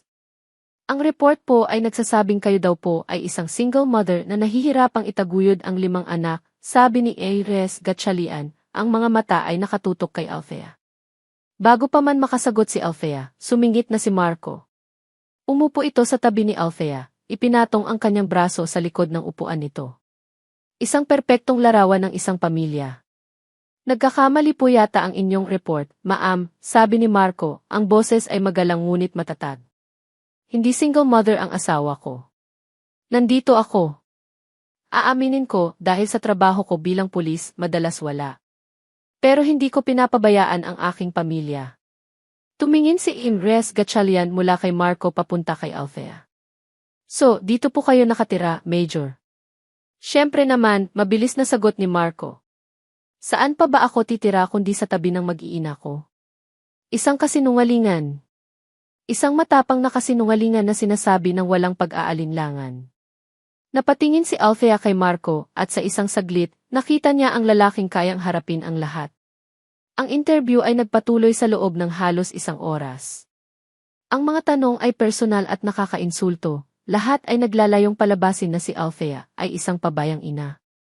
Ngunit sa bawat tanong, si Marco ang sumasagot ng may kumpiyansa, pinoprotektahan si Althea, binubuo ng isang imahe ng isang matatag at mapagmahal na pamilya. Sila ay isang perpektong team. Isang team na binuo ng desperasyon at pinagbuklod ng isang karaniwang kaaway. Nang sa wakas ay umalis si Igres Gatchalian na may pangakong ibabalikan sila para sa resulta ng report, ang enerhiya sa silid ay biglang bumagsak. Ang pag-arte ay tapos na. Naiwan sila sa isang nakakabinging katahimikan. Salamat, basag ni Althea sa katahimikan. Tumingin si Marco sa kanya, ang pagod ay baka sa kanyang mukha. Wala yon. Pero simula pa lang to, Thea. Simula pa lang ng laro niya. Kinabukasan, naramdaman ni Althea ang epekto ng laro ni Salvador. Pagpunta niya sa palengke, ang dating mga tindera na masayang bumabati sa kanya ay tila umiiwas ng tingin. May mga nagbubulungan siyang naririnig habang dumadaan siya. Kawawa naman si Doktora. Sabi nila, kinakabahan na raw. Baka raw kunin ng Sergio ang mga bata. Mahirap talaga pag babae lang mag-isa. Ang mga salita ay parang maliliit na karayom na tumutusok sa kanyang puso. Ang reputasyon na 10 taon niyang iniingatan ay unti-unting sinisira. Ang pinakamasakit ay nangyari ng hapon na iyon. 2 pasyente ang tumawag para ikansela ang kanilang appointment. Pagkatapos, isa pa. Umupo si Althea sa loob ng kanyang klinika. Ang lugar na dati ay puno ng buhay, ng mga batang umiiyak, ng mga matatandang nagpapasalamat, ay ngayon ay tahimik. Nakakabinging katahimik. Pinagmasdan niya ang mga alikabok na sumasayaw sa sinag ng araw na tumatago sa bintana. Ang telepono ay hindi na muling tumunog. Naramdaman niya ang pag-iisa. Ang bigat ng pagiging ina. Ang bigat ng pagiging kalaban ng isang makapangyarihang tao. Napayuko siya sa kanyang mesa, at sa unang pagkakataon sa loob ng maraming taon, naramdaman niya ang tunay na kawalan ng pag-asa. Gabi na nang dumating si Marco. Naabutan niya si Althea na nakaupo pa rin sa dilim ng kanyang klinika. Nakita niya ang bakanting waiting area, ang katahimikan. Nakita niya ang pagkatalo sa mga mata nito. Hindi siya nagsalita tungkol doon. Sa halip, umupo siya sa tapat nito. Ang mukha niya ay seryoso, mas seryoso kaysa dati. "Thea, may problema," sabi niya. Tumingin si Althea, wala nang lakas para magulat. Ano pa bang mas lalala dito? Gumagalaw na si Salvador, sabi ni Marco, ang kanyang mga mata ay matalim. Ginagamit niya ang mga koneksyon niya sa pulisya. Tinawagan ako ng superior ko kanina. Pinag-iinitan na nila ako. Sinabihan akong lumayo sa anumang kaso na may kinalaman kay Congressman Imperial. Anong ibig sabihin yan? Ibig sabihin, sinusubukan nila akong itali. Tinatanggalan nila ako ng access. Bawat galaw ko, alam nila. Minamanmanan nila ako, Thea. Huminga siya ng malalim. Iniisip ko kung paano niya nalaman ang tungkol kay Angelo. Ngayon, alam ko na. May mga mata at tenga siya kahit sa loob ng kampo. Sinusubukan niya akong ihiwalay sa'yo. Gusto niya akong mag-isa. Gusto niya na ikaw ay mag-isa. Tumingin si Althea kay Marco at naintindihan niya. Ito ang digmaang lihim. Hindi lang siya ang target. Silang dalawa. Ang kanilang pamilya. Kinukulong sila ni Salvador, hinihiwalay sa mundo hanggang sa wala na silang matakbuhan at mapilitan na lang sumuko. Ang tanggapan ng kanyang hepe, ni Police General Pineda, ay palaging isang lugar ng respeto para kay Marco. Isang lugar kung saan siya nakakakuha ng payo at papuri. Ngunit sa araw na iyon, ang hangin sa loob ay malamig at mabigat. Iho, maupo ka," sabi ni General Pineda, ang kanyang boses ay parang isang amang nag-aalala. Ngunit ang mga mata nito ay hindi kayang magsinungaling. Mayroon itong hindi magandang balita. "Sir," bati ni Marco, umupo siya sa tapat ng malaking mesa ng general. "Marco, matagal na tayong magkakilala," panimula ng general, pinaglaruan nito ang isang ballpen sa kanyang mga daliri. "Itinuring na kitang parang anak. Kaya bilang ama-amahan mo, kailangan kitang pagsabihan. Itong bagay na to, itong problema mo kay Congressman Imperial, delikado." "Sir, hindi ko po ito problema. Problema ito ng batas," matatag na sagot ni Marco. "Biktima ang pamilya ko." Isang buntong hininga ang pinakawalan ni Pineda. Mabigat siyang kalaban, At ang utos mula sa itaas ay malinaw. Huwag siyang gagalawin. "Utos? Sir, sino ang nag-utos?" "Si Imperial mismo," tanong ni Marco, nararamdaman na ang panlalamig sa kanyang sikmura. "Hindi na mahalaga kung sino," iwas ni Pineda. "Ang mahalaga, sundin mo. Layuan mo ang kasong iyan. Hayaan mo na ang korte ang magdesisyon. Itigil mo na ang sarili mong imbestigasyon." Hindi makapaniwala si Marco. Si General Pineda, ang taong tinitingala niya para sa kanyang integridad, ay ngayon ay parang isang tuta na sumusunod sa utos ng isang korap na politiko. "Sir, hindi niyo naiintindihan. Pinapahas niya ang pamilya ko. Pinapadalhan niya kami ng mga peking ebidensya. Minamanmanan niya kami. Paano ko naman po matatalikuran yon?" Tumayo si General Pineda at tumalikod, nakatingin sa bintana. Iyon ay isang utos, Major de Villa. Ang paggamit nito ng kanyang ranggo ay isang pader na biglang itinayo sa pagitan nila. "Hindi ko kayang gawin yan, sir," matigas na sabi ni Marco, tumayo na rin siya. "May sinumpaan akong tungkulin." Humarap si Pineda, at sa sandaling iyon, ang maskara ng pagiging ama-amahan ay tuluyang nawala. Ang mukha niya ay malamig, walang emosyon. "Kung ganoon, wala akong pagpipilian. Major Marco de Villa, dahil sa grave insubordination at mga aligasyon ng personal involvement sa isang kaso, posibleng mangyari ngayon, ikaw ay sinuspinde sa iyong tungkulin habang may nagaganap na investigasyon. Parang isang bombang sumabog sa pandinig ni Marco. Suspendido. Tinanggalan siya ng baril. Tinanggalan siya ng badge. Tinanggalan siya ng kapangyarihan. Ang taong pinagkakatiwalaan niya ng buo ay ang taong pumutol mismo sa kanyang mga paa. Ang pagtataksil ay kumpleto na. Ang hearing room ng korte ay maliit at malamig. Ang katahimikan ay binabasag lamang ng pag-ubo ng isang clerk at ng pag-ikot ng mga pahina ng dokumento. Nakaupo si Althea sa isang upuan, sa tabi niya ay si Marco, hindi bilang isang police major, kundi bilang isang ordinaryong sibilyan. Isang sibilyan na walang magawa. Sa kabilang panig, nakaupo si Salvador Imperial, kalmado, na para bang nanonood lang ng isang scene. Sa tabi nito ay ang kanyang abogado, si Atty. Robles, isang lalaking may makinis na buhok at ngiting parang sa isang pating. Nagsimulang magsalita si Atty. Robles, at ang bawat salita niya ay isang patak ng asido na tumutunaw sa pagkatao ni Althea. Your Honor, ang aming kliyente, si Congressman Imperial, ay lumalapit sa korteng ito bilang isang makapangyarihang tao, kundi bilang isang nag-aalalang lolo, panimula nito. Ipinakita niya ang mga peking dokumento. Ayon sa aming ebidensya, ang klinika ni Dra. Reyes ay nasa bingit ng pagkalugi. Siya ay may malaking utang. Paano natin maipagkakatiwala ang isang bata sa isang taong hindi kayang suportahan kahit ang sarili niya? Hindi totoo yan, bulong ni Althea. Nagpatuloy si Atty. Robles, na para bang walang narinig. Higit pa riyan, Your Honor, mayroon tayong report mula sa CFA. Iwingayway nito ang isang folder. Isang report na naglalarawan ng isang magulo at di matatag na tahanan. Isang ina na dumaranas ng matinding emosyonal na paghihirap. Binaluktot nito ang bawat katotohanan. Ang pagmamahal ni Althea sa mga bata ay ginawa niyang hindi malusog na obsesyon. Ang kanyang pagiging mag-isa ay ginawa niyang isang kahinaan. Ang tanong, Your Honor, ay simple lang, sabi ni Atty. Robles, itinuro niya si Althea.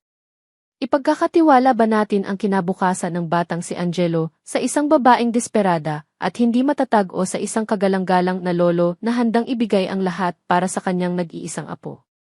Tumingin ang hukom kay Althea. Dra.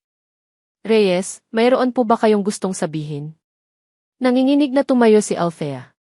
Your Honor, kasinungalingan po ang lahat ng yan. Mahal na mahal ko po ang mga anak ko si Angelo. Ngunit ang kanyang boses ay basag, ang kanyang mga luha ay nagbabanta ng bumagsak. Ang kanyang itsura ay ang mismong itsura ng isang babaeng hindi matatag na inilalarawan ng abogado. Siya ay natalo bago pa man makalaban. Bumagsak ang martilyo ng hukom. Base sa mga paunang dokumentong iprinisinta, ang korteng ito ay nakakakita ng sapat na basehan para ituloy ang pagdinig sa petisyon. Magkakaroon tayo ng isa pang hearing sa susunod na linggo. Hindi ito isang pinal na desisyon, ngunit ang mensahe ay malinaw. Ang korte ay kumakampi kay Salvador. Ang sistema ay kumakampi sa kanya. Paglabas nila ng hearing room, ang pakiramdam ng pagkatalo ay nakabalot sa kanila. Sinalubong sila ni Atty. Robles sa hallway. Ang ngiti nito ay puno ng tagumpay. Major de Villa ay, sibilyan ka na lang pala, pang-aasar nito kay Marco. Pagkatapos ay lumingon ito kay Althea. Dra. Reyes, sabi nito sa isang malumanay ngunit nakakakilabot na boses. Ang kliyente ko ay isang makatwirang tao. Ayaw na niyang pahirapan pa kayo. May isang alok. Isang huling alok. Ibigay niyo ng mapayapa si Angelo sa amin sa loob ng 24 oras, sabi ni Atty. Robles. Ang kanyang mga mata ay nanlilisik. At ititigil na namin ang lahat ng ito. At kung hindi, matapang na tanong ni Marco, hinawakan niya ang braso ni Althea na nagsimula ng manghina. Ngumiti ang abogado, isang iting demonyo. Kung hindi isusunod namin sa korte ang paghingi ng kustodya para sa 4 pa. At sisiguraduhin ko sa susunod, wala nang matitira sa'yo. Walang kulay ang mundo. Ganoon ang pakiramdam ni Althea habang nakaupo siya sa gilid ng kanyang kama. Ang mga bata ay mahimbing nang natutulog, walang kamalay-malay sa bombang sumabog sa kanilang buhay. 24 oras. Iyon na lang ang natitira sa kanila. Pumasok si Marco sa kwarto, may dalang isang basong tubig. Ang mukha niya ay pagod, ang kanyang mga balikat ay tila pasan ang bigat ng buong mundo. Wala na ang uniforme. Wala na ang opisina. Tanging isang lalaking nasasaktan, isang amang natalo. Uminom ka muna, sabi niya, iniabot ang baso. Kinuha ito ni Althea, ngunit hindi siya uminom. Anong gagawin natin, Mac? Tanong niya, ang boses ay isang desperadong bulong. Paano natin sila lalabanan? Ang batas, ang pulis lahat nasa kanila. Umupo si Marco sa sahig sa paanan ng kama. Isinandal niya ang kanyang likod sa pader. Hindi ko alam, Thea, pag-amin niya, at ang mga salitang iyon ay mas masakit kaysa sa kahit anong sigaw. Sa unang pagkakataon hindi ko alam. Isang katahimikan ang bumalot sa kanila.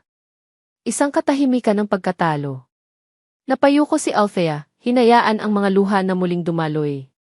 Ang lahat ng kanyang ipinaglaban ay mawawala. Si Angelo at pagkatapos, ang 4 pa niyang anak. Ang kanyang buong pamilya. Sisirain sila ni Salvador hanggang sa wala nang matira. Sa kanyang desperasyon, nagsimula siyang mag-ayos ng mga gamit sa kanyang kabinet, isang walang saysay na gawain para lang may pagkaabalahan ang kanyang mga kamay, para hindi siya tuluyang mabaliw. Habang inaayos niya ang mga lumang damit, napadako ang kanyang mga mata sa isang bagay sa pinakasulok, sa ilalim ng mga kumot. Isang lumang kahon ng sapatos. May sulat sa ibabaw, sulat kamay ng kanyang kaibigang si Isabel, para kay Angelo. Iyon ang kahon. Ang kahon ng mga alaala na ibinigay sa kanya ni Isabelle bago ito pumanaw. Dahan-dahan niyang kinuha ang kahon at umupo sa sahig, sa tapat ni Marco. Ang puso niya ay kumirot sa alaala ng kanyang kaibigan. Binuksan niya ito. Sa loob, naroon ang mga pamilyar na bagay. Ang unang damit ni Angelo. Ang hospital bracelet nito. Isang maliit na tsinelas. At ang birth certificate. Mga bagay na nagpapatunay sa pagkatao ng bata, mga bagay na ngayon ay gagamitin laban sa kanila. Thea, itigil mo na yan, mahinang sabi ni Marco. Sinasaktan mo lang ang sarili mo. Pero hindi siya nakinig. May kung anong nagtulak sa kanya na halungkatin pa ang ilalim ng kahon. At doon, sa ilalim ng lahat, mayroon pang iba. Isang maliit na diary na nababalutan ng asul na tela, at sa loob nito, isang bagay na maliit at itim. Kinuha niya ang diary. Ano to? Tanong ni Marco, lumapit siya at umupo sa tabi niya. Binuksan ni Althea ang diary. Ang bawat pahina ay puno ng sulat kamay ni Isabel. Mga salitang isinulat sa gitna ng takot at pag-asa. Mahal kong Angelo, basa ni Althea sa unang pahina. Isinusulat ko to dahil hindi ko alam kung magkakaroon ako ng pagkakataong sabihin sa iyo ng personal. Ang papa si lolo mo takot ako sa kanya. Mabuti siyang tao sa mata ng iba, pero alam ko ang totoo. Nagpatuloy siya sa pagbabasa ng ilang pahina, ang kanyang mga mata ay nanlalaki sa bawat salita. Ayaw niya sa tatay mo. Itinago kita sa kanya. Dahil alam kong gagamitin ka niya. Gagamitin niya ang dugo at laman ko para sa sarili niyang kapangyarihan. Kailangan kong gumawa ng paraan para protektahan ka, anak. Napahinto si Althea. Sa loob ng diary, nakasuksok ang isang maliit na bagay. Kinuha niya ito. Isang USB flash drive. De ano yan? Tanong ni Marco, ang kanyang boses ay biglang nagbago. Ang pagiging pulis niya, ang pagiging investigador ay biglang nagising. Hindi sila nagsalita. Mabilis silang tumayo, dinala ang laptop ni Althea mula sa sala, at isinaksak ang USB. Nag-pop up sa screen ang isang folder na may pangalang I-Dengue Aking Insurance. Binuksan nila ito. Sa loob, hindi mga dokumento. Mga audio files. Sunod-sunod na mga audio file na may petsa. Kinilik ni Marco ang pinakaunang file. Unang narinig nila ang boses ni Isabel, mahina. Pagsusulit sa pagre-record 1, 2 pagkatapos, isang pamilyar na boses. Malakas. May bayad ang pumasok. Anak, ano ba ang kahibangan na yan? Tanong ng boses. Isang hamak na mamamahayag. Anong ipapakain niya sa'yo? Idealismo. Hindi mabubuhay ang pamilya sa prinsipyo lang. Boss ni Salvador Imperial. Sunod-sunod nilang pinakinggan ang mga files.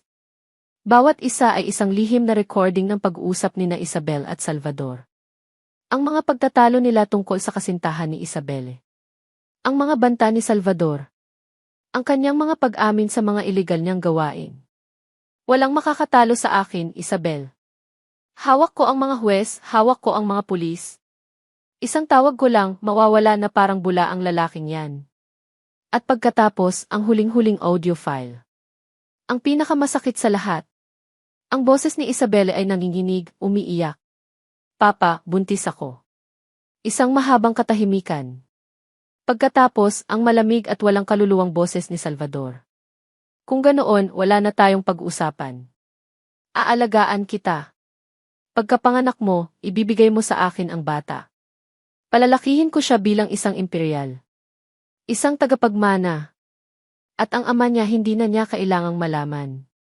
Ituring mo na lang siyang isang pagkakamali na kailangan nating burahin.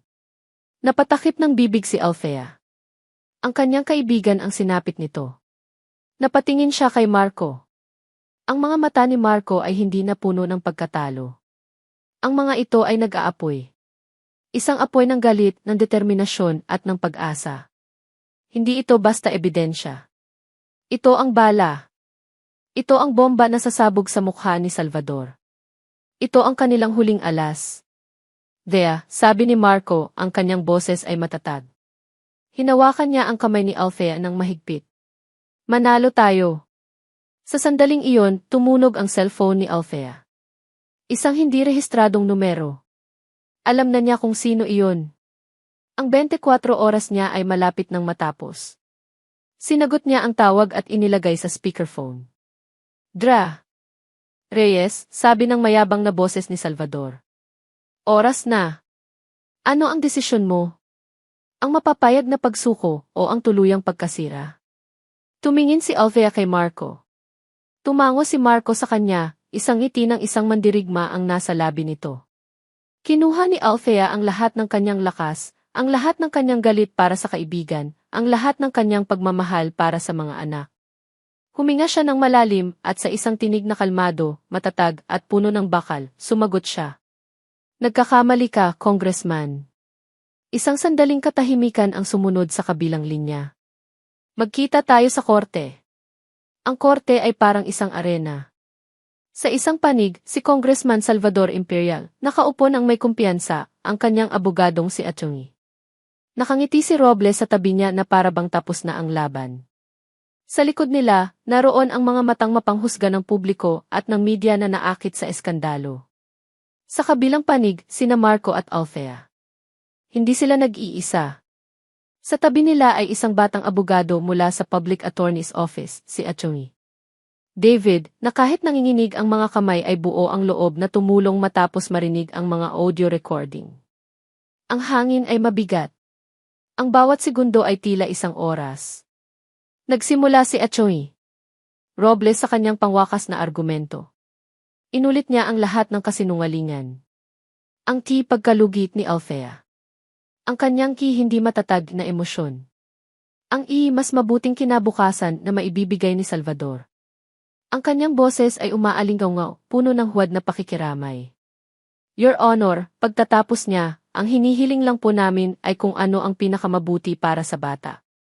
Isang batang naganap ng isang matatag na pundasyon, isang bagay na sa kasamaang palad ay hindi maibibigay ni Dra. Reyes. Naupo siya, ang mukha ay puno ng tagumpay. Tumingin ang hukom sa kanilang panig. Atty. David. Tumayo ang batang abogado, inayos ang kanyang salamin. Ang kanyang boses ay hindi kasing lakas ng kay Robles, ngunit ito ay matatag. Your Honor, ang istoryang ipinipinta ni Atty. Robles ay isang obra maestra ng kathang-isip, panimula niya. Ngunit ngayon, handa na po kaming ipakita ang katotohanan. Napatingin si Salvador kay Atty. David na may bahid ng inis, na parabang isa lang itong langaw na kailangan niyang iwaksi. Mayroon po kaming huling ebidensya, Your Honor, sabi ni Atty. David. Sa senyas niya, isang court officer ang lumapit sa isang laptop at isang set ng mga speaker. Tumingin si Marco kay Althea at hinawakan ang kamay nito sa ilalim ng mesa. Ito na.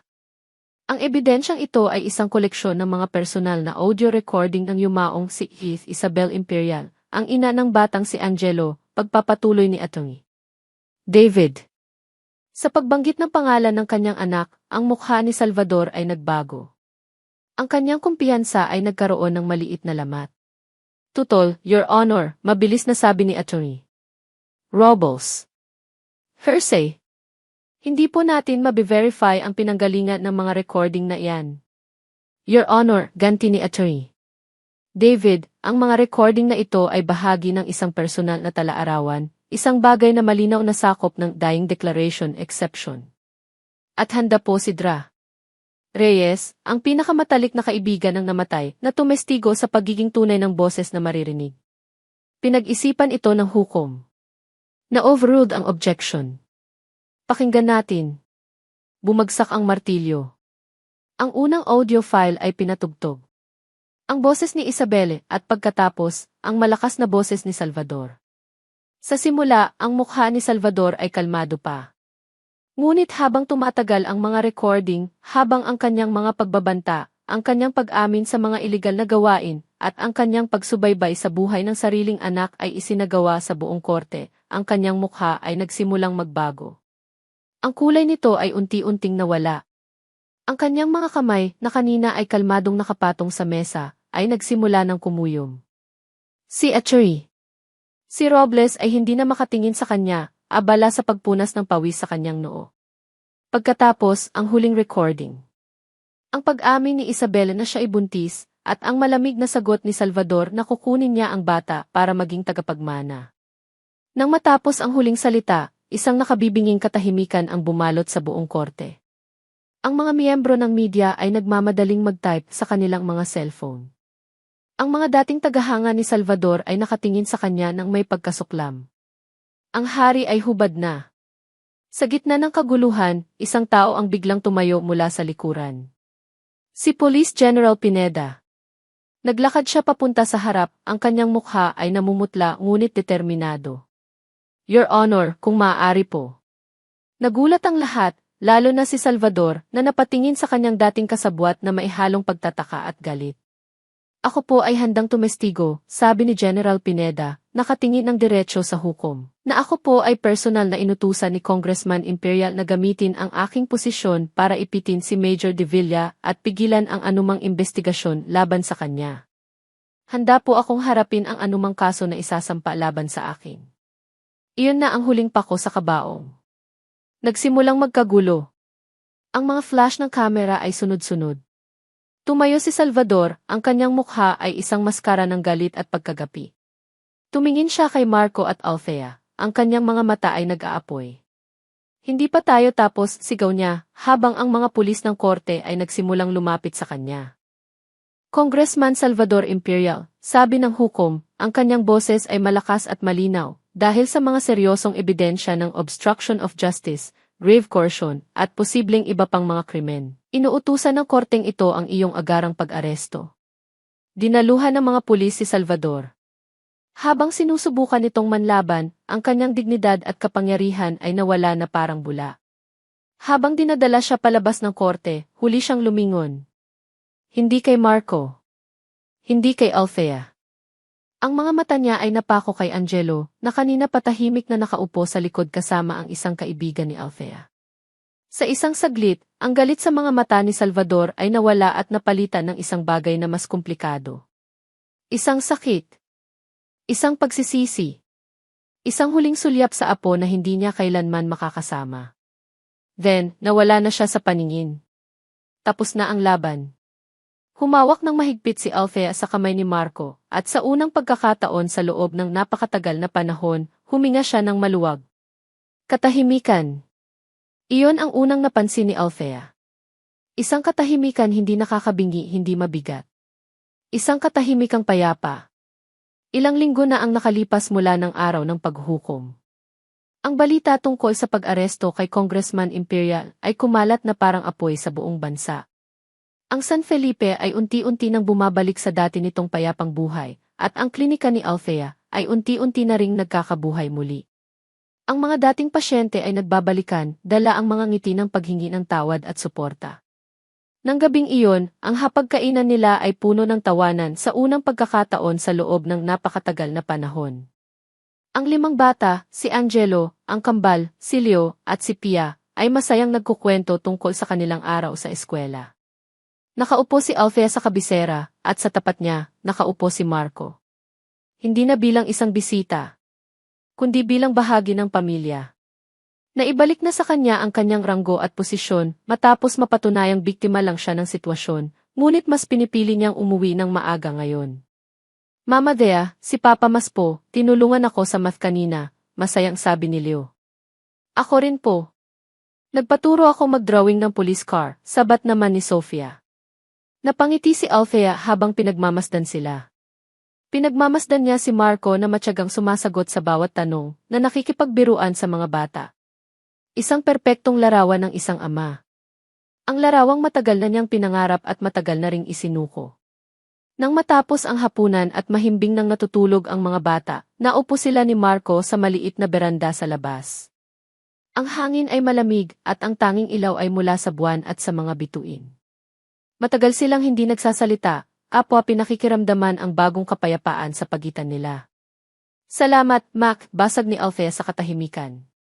Lumingon si Marco sa kanya, isang maliit na ngiti ang nasa kanyang mga labi. Para saan? Sa lahat, sagot ni Althea. Sa hindi mo pag-iwan sa amin. Kahit na nagsisinungaling ako. Ang sakit ng alaala ay naroon pa rin, ngunit hindi na kasing talinang dati. Huminga ng malalim si Marco. Nasaktan ako, Dea. Sobra.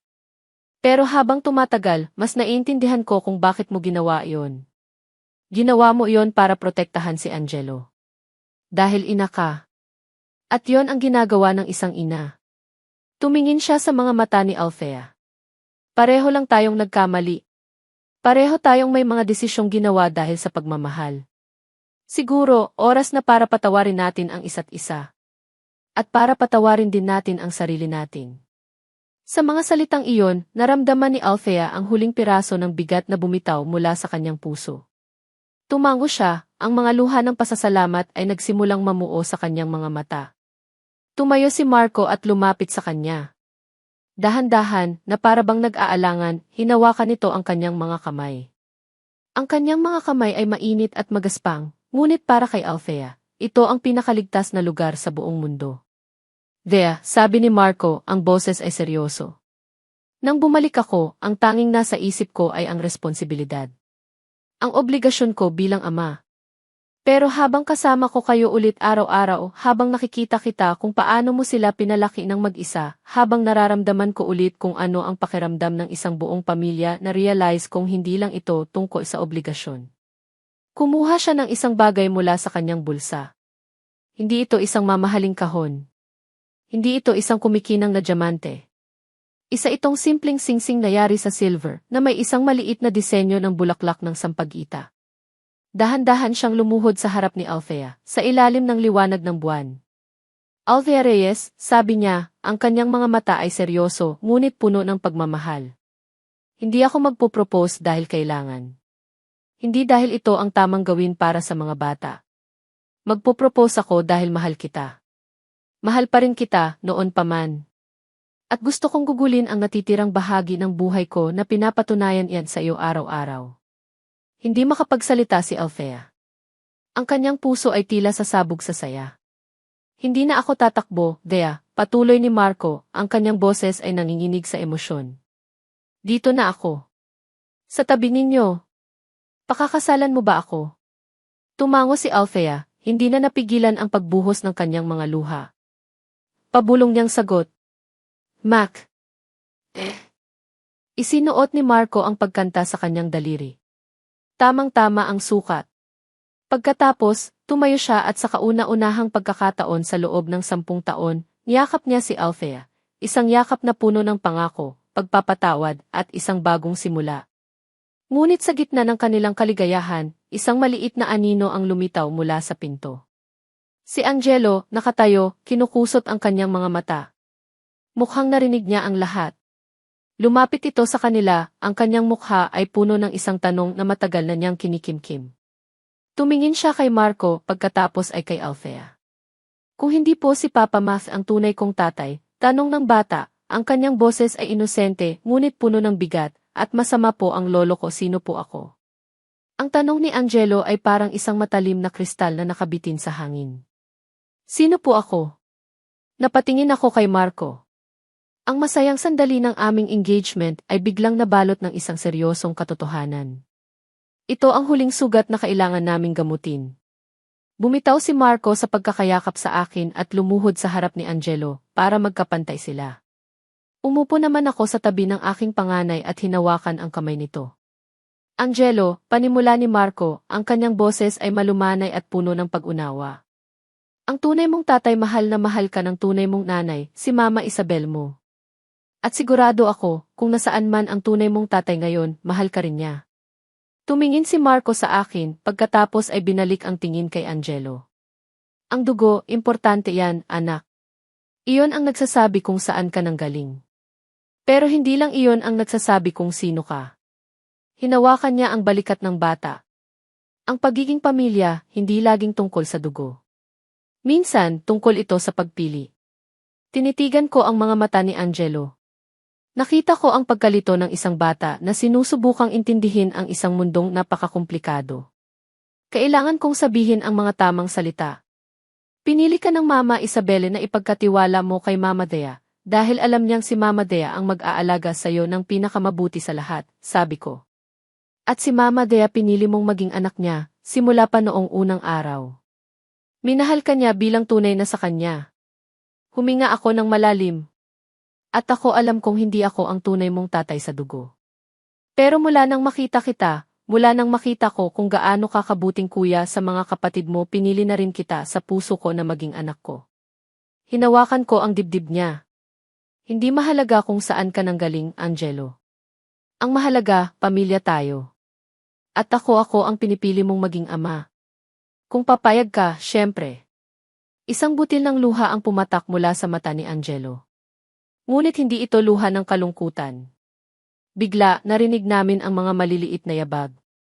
Lumabas mula sa bahay ang kambal, si Leo at si Pia, na tila nagising sa kanilang usapan. Kuya Angelo, bakit ka umiiyak? Tanong ni Leo. May umaway sa'yo, kuya, sabat naman ni Sofia, handa nang makipag-away para sa kapatid. Hindi sumagot si Angelo. Sa halip, tumakbo ito at niyakap ako ng mahigpit.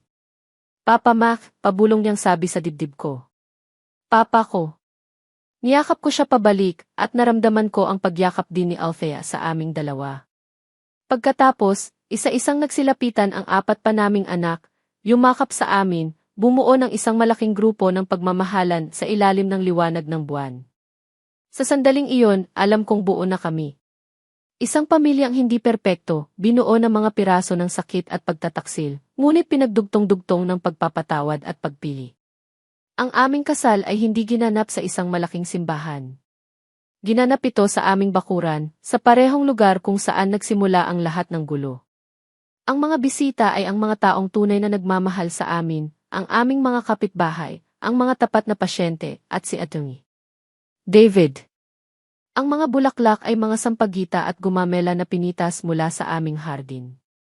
Ang aming mga abay, si Sofia at Stella bilang mga flower girls na naghahagis ng mga talulot ng bulaklak, si Pia bilang ring bearer na dala-dala ang aming simpleng singsing, at sina Angelo at Leo bilang mga best men, seryosong-seryoso sa kanilang maliliit na barong. Habang naglalakad ako palapit kay Marco na naghihintay sa akin sa isang arko na gawa sa kawayan, nakita ko ang aking buong mundo. Ang aking 5 anak nakangiti, masaya. At ang lalaking pinili kong mahalin ulit, ang lalaking pinili na buuin kami ulit. Nang isinusuot na ni Marco ang singsing sa aking daliri, bumulong siya. Walang iwanan. Pangako. Ngumiti ako habang ang mga luha ng kaligayahan ay dumadaloy sa aking pisngi. Pangako. Gabi na. Ang mga bisita ay umuwi na. Ang mga bata ay mahimbing nang natutulog, pagod sa kasiyahan. Nakatayo kami ni Marco sa beranda, magkahawak kamay, pinagmamasdan ang tahimik na gabi. Sa ibabaw ng isang maliit na mesa, may isang liham na hindi pa nabubuksan. Dumating ito kaninang umaga. Galing sa kulungan. Galing kay Salvador. Tumingin ako kay Marco. Bubuksan ba natin? Tinitigan ni Marco ang sulat. Pagkatapos, binalik niya ang tingin sa akin, ang kanyang mga mata ay puno ng kapayapaan. Umiling siya. Hindi ngayon. Siguro balang araw. O siguro hindi na kailanman. Kinuha niya ang aking kamay at hinalikan ito. Ang nakaraan ay nakaraan na, Dea. Ang mahalaga ay ang ngayon. Itinuon namin ang aming pansin sa harapan. Sa mga bituin sa langit. Sa tunog ng mga kuliglig. Sa kapayapaan ng aming tahanan. Hindi na namin kailangan pang malaman kung ano ang nasa sulat. Hindi na mahalaga ang galit, ang paghihiganti, o kahit ang pagpapatawad mula sa kanya. Ang mahalaga ay ang pamilyang pinili naming buuin. At ang kinabukasan hahaharapin namin ng magkakasama.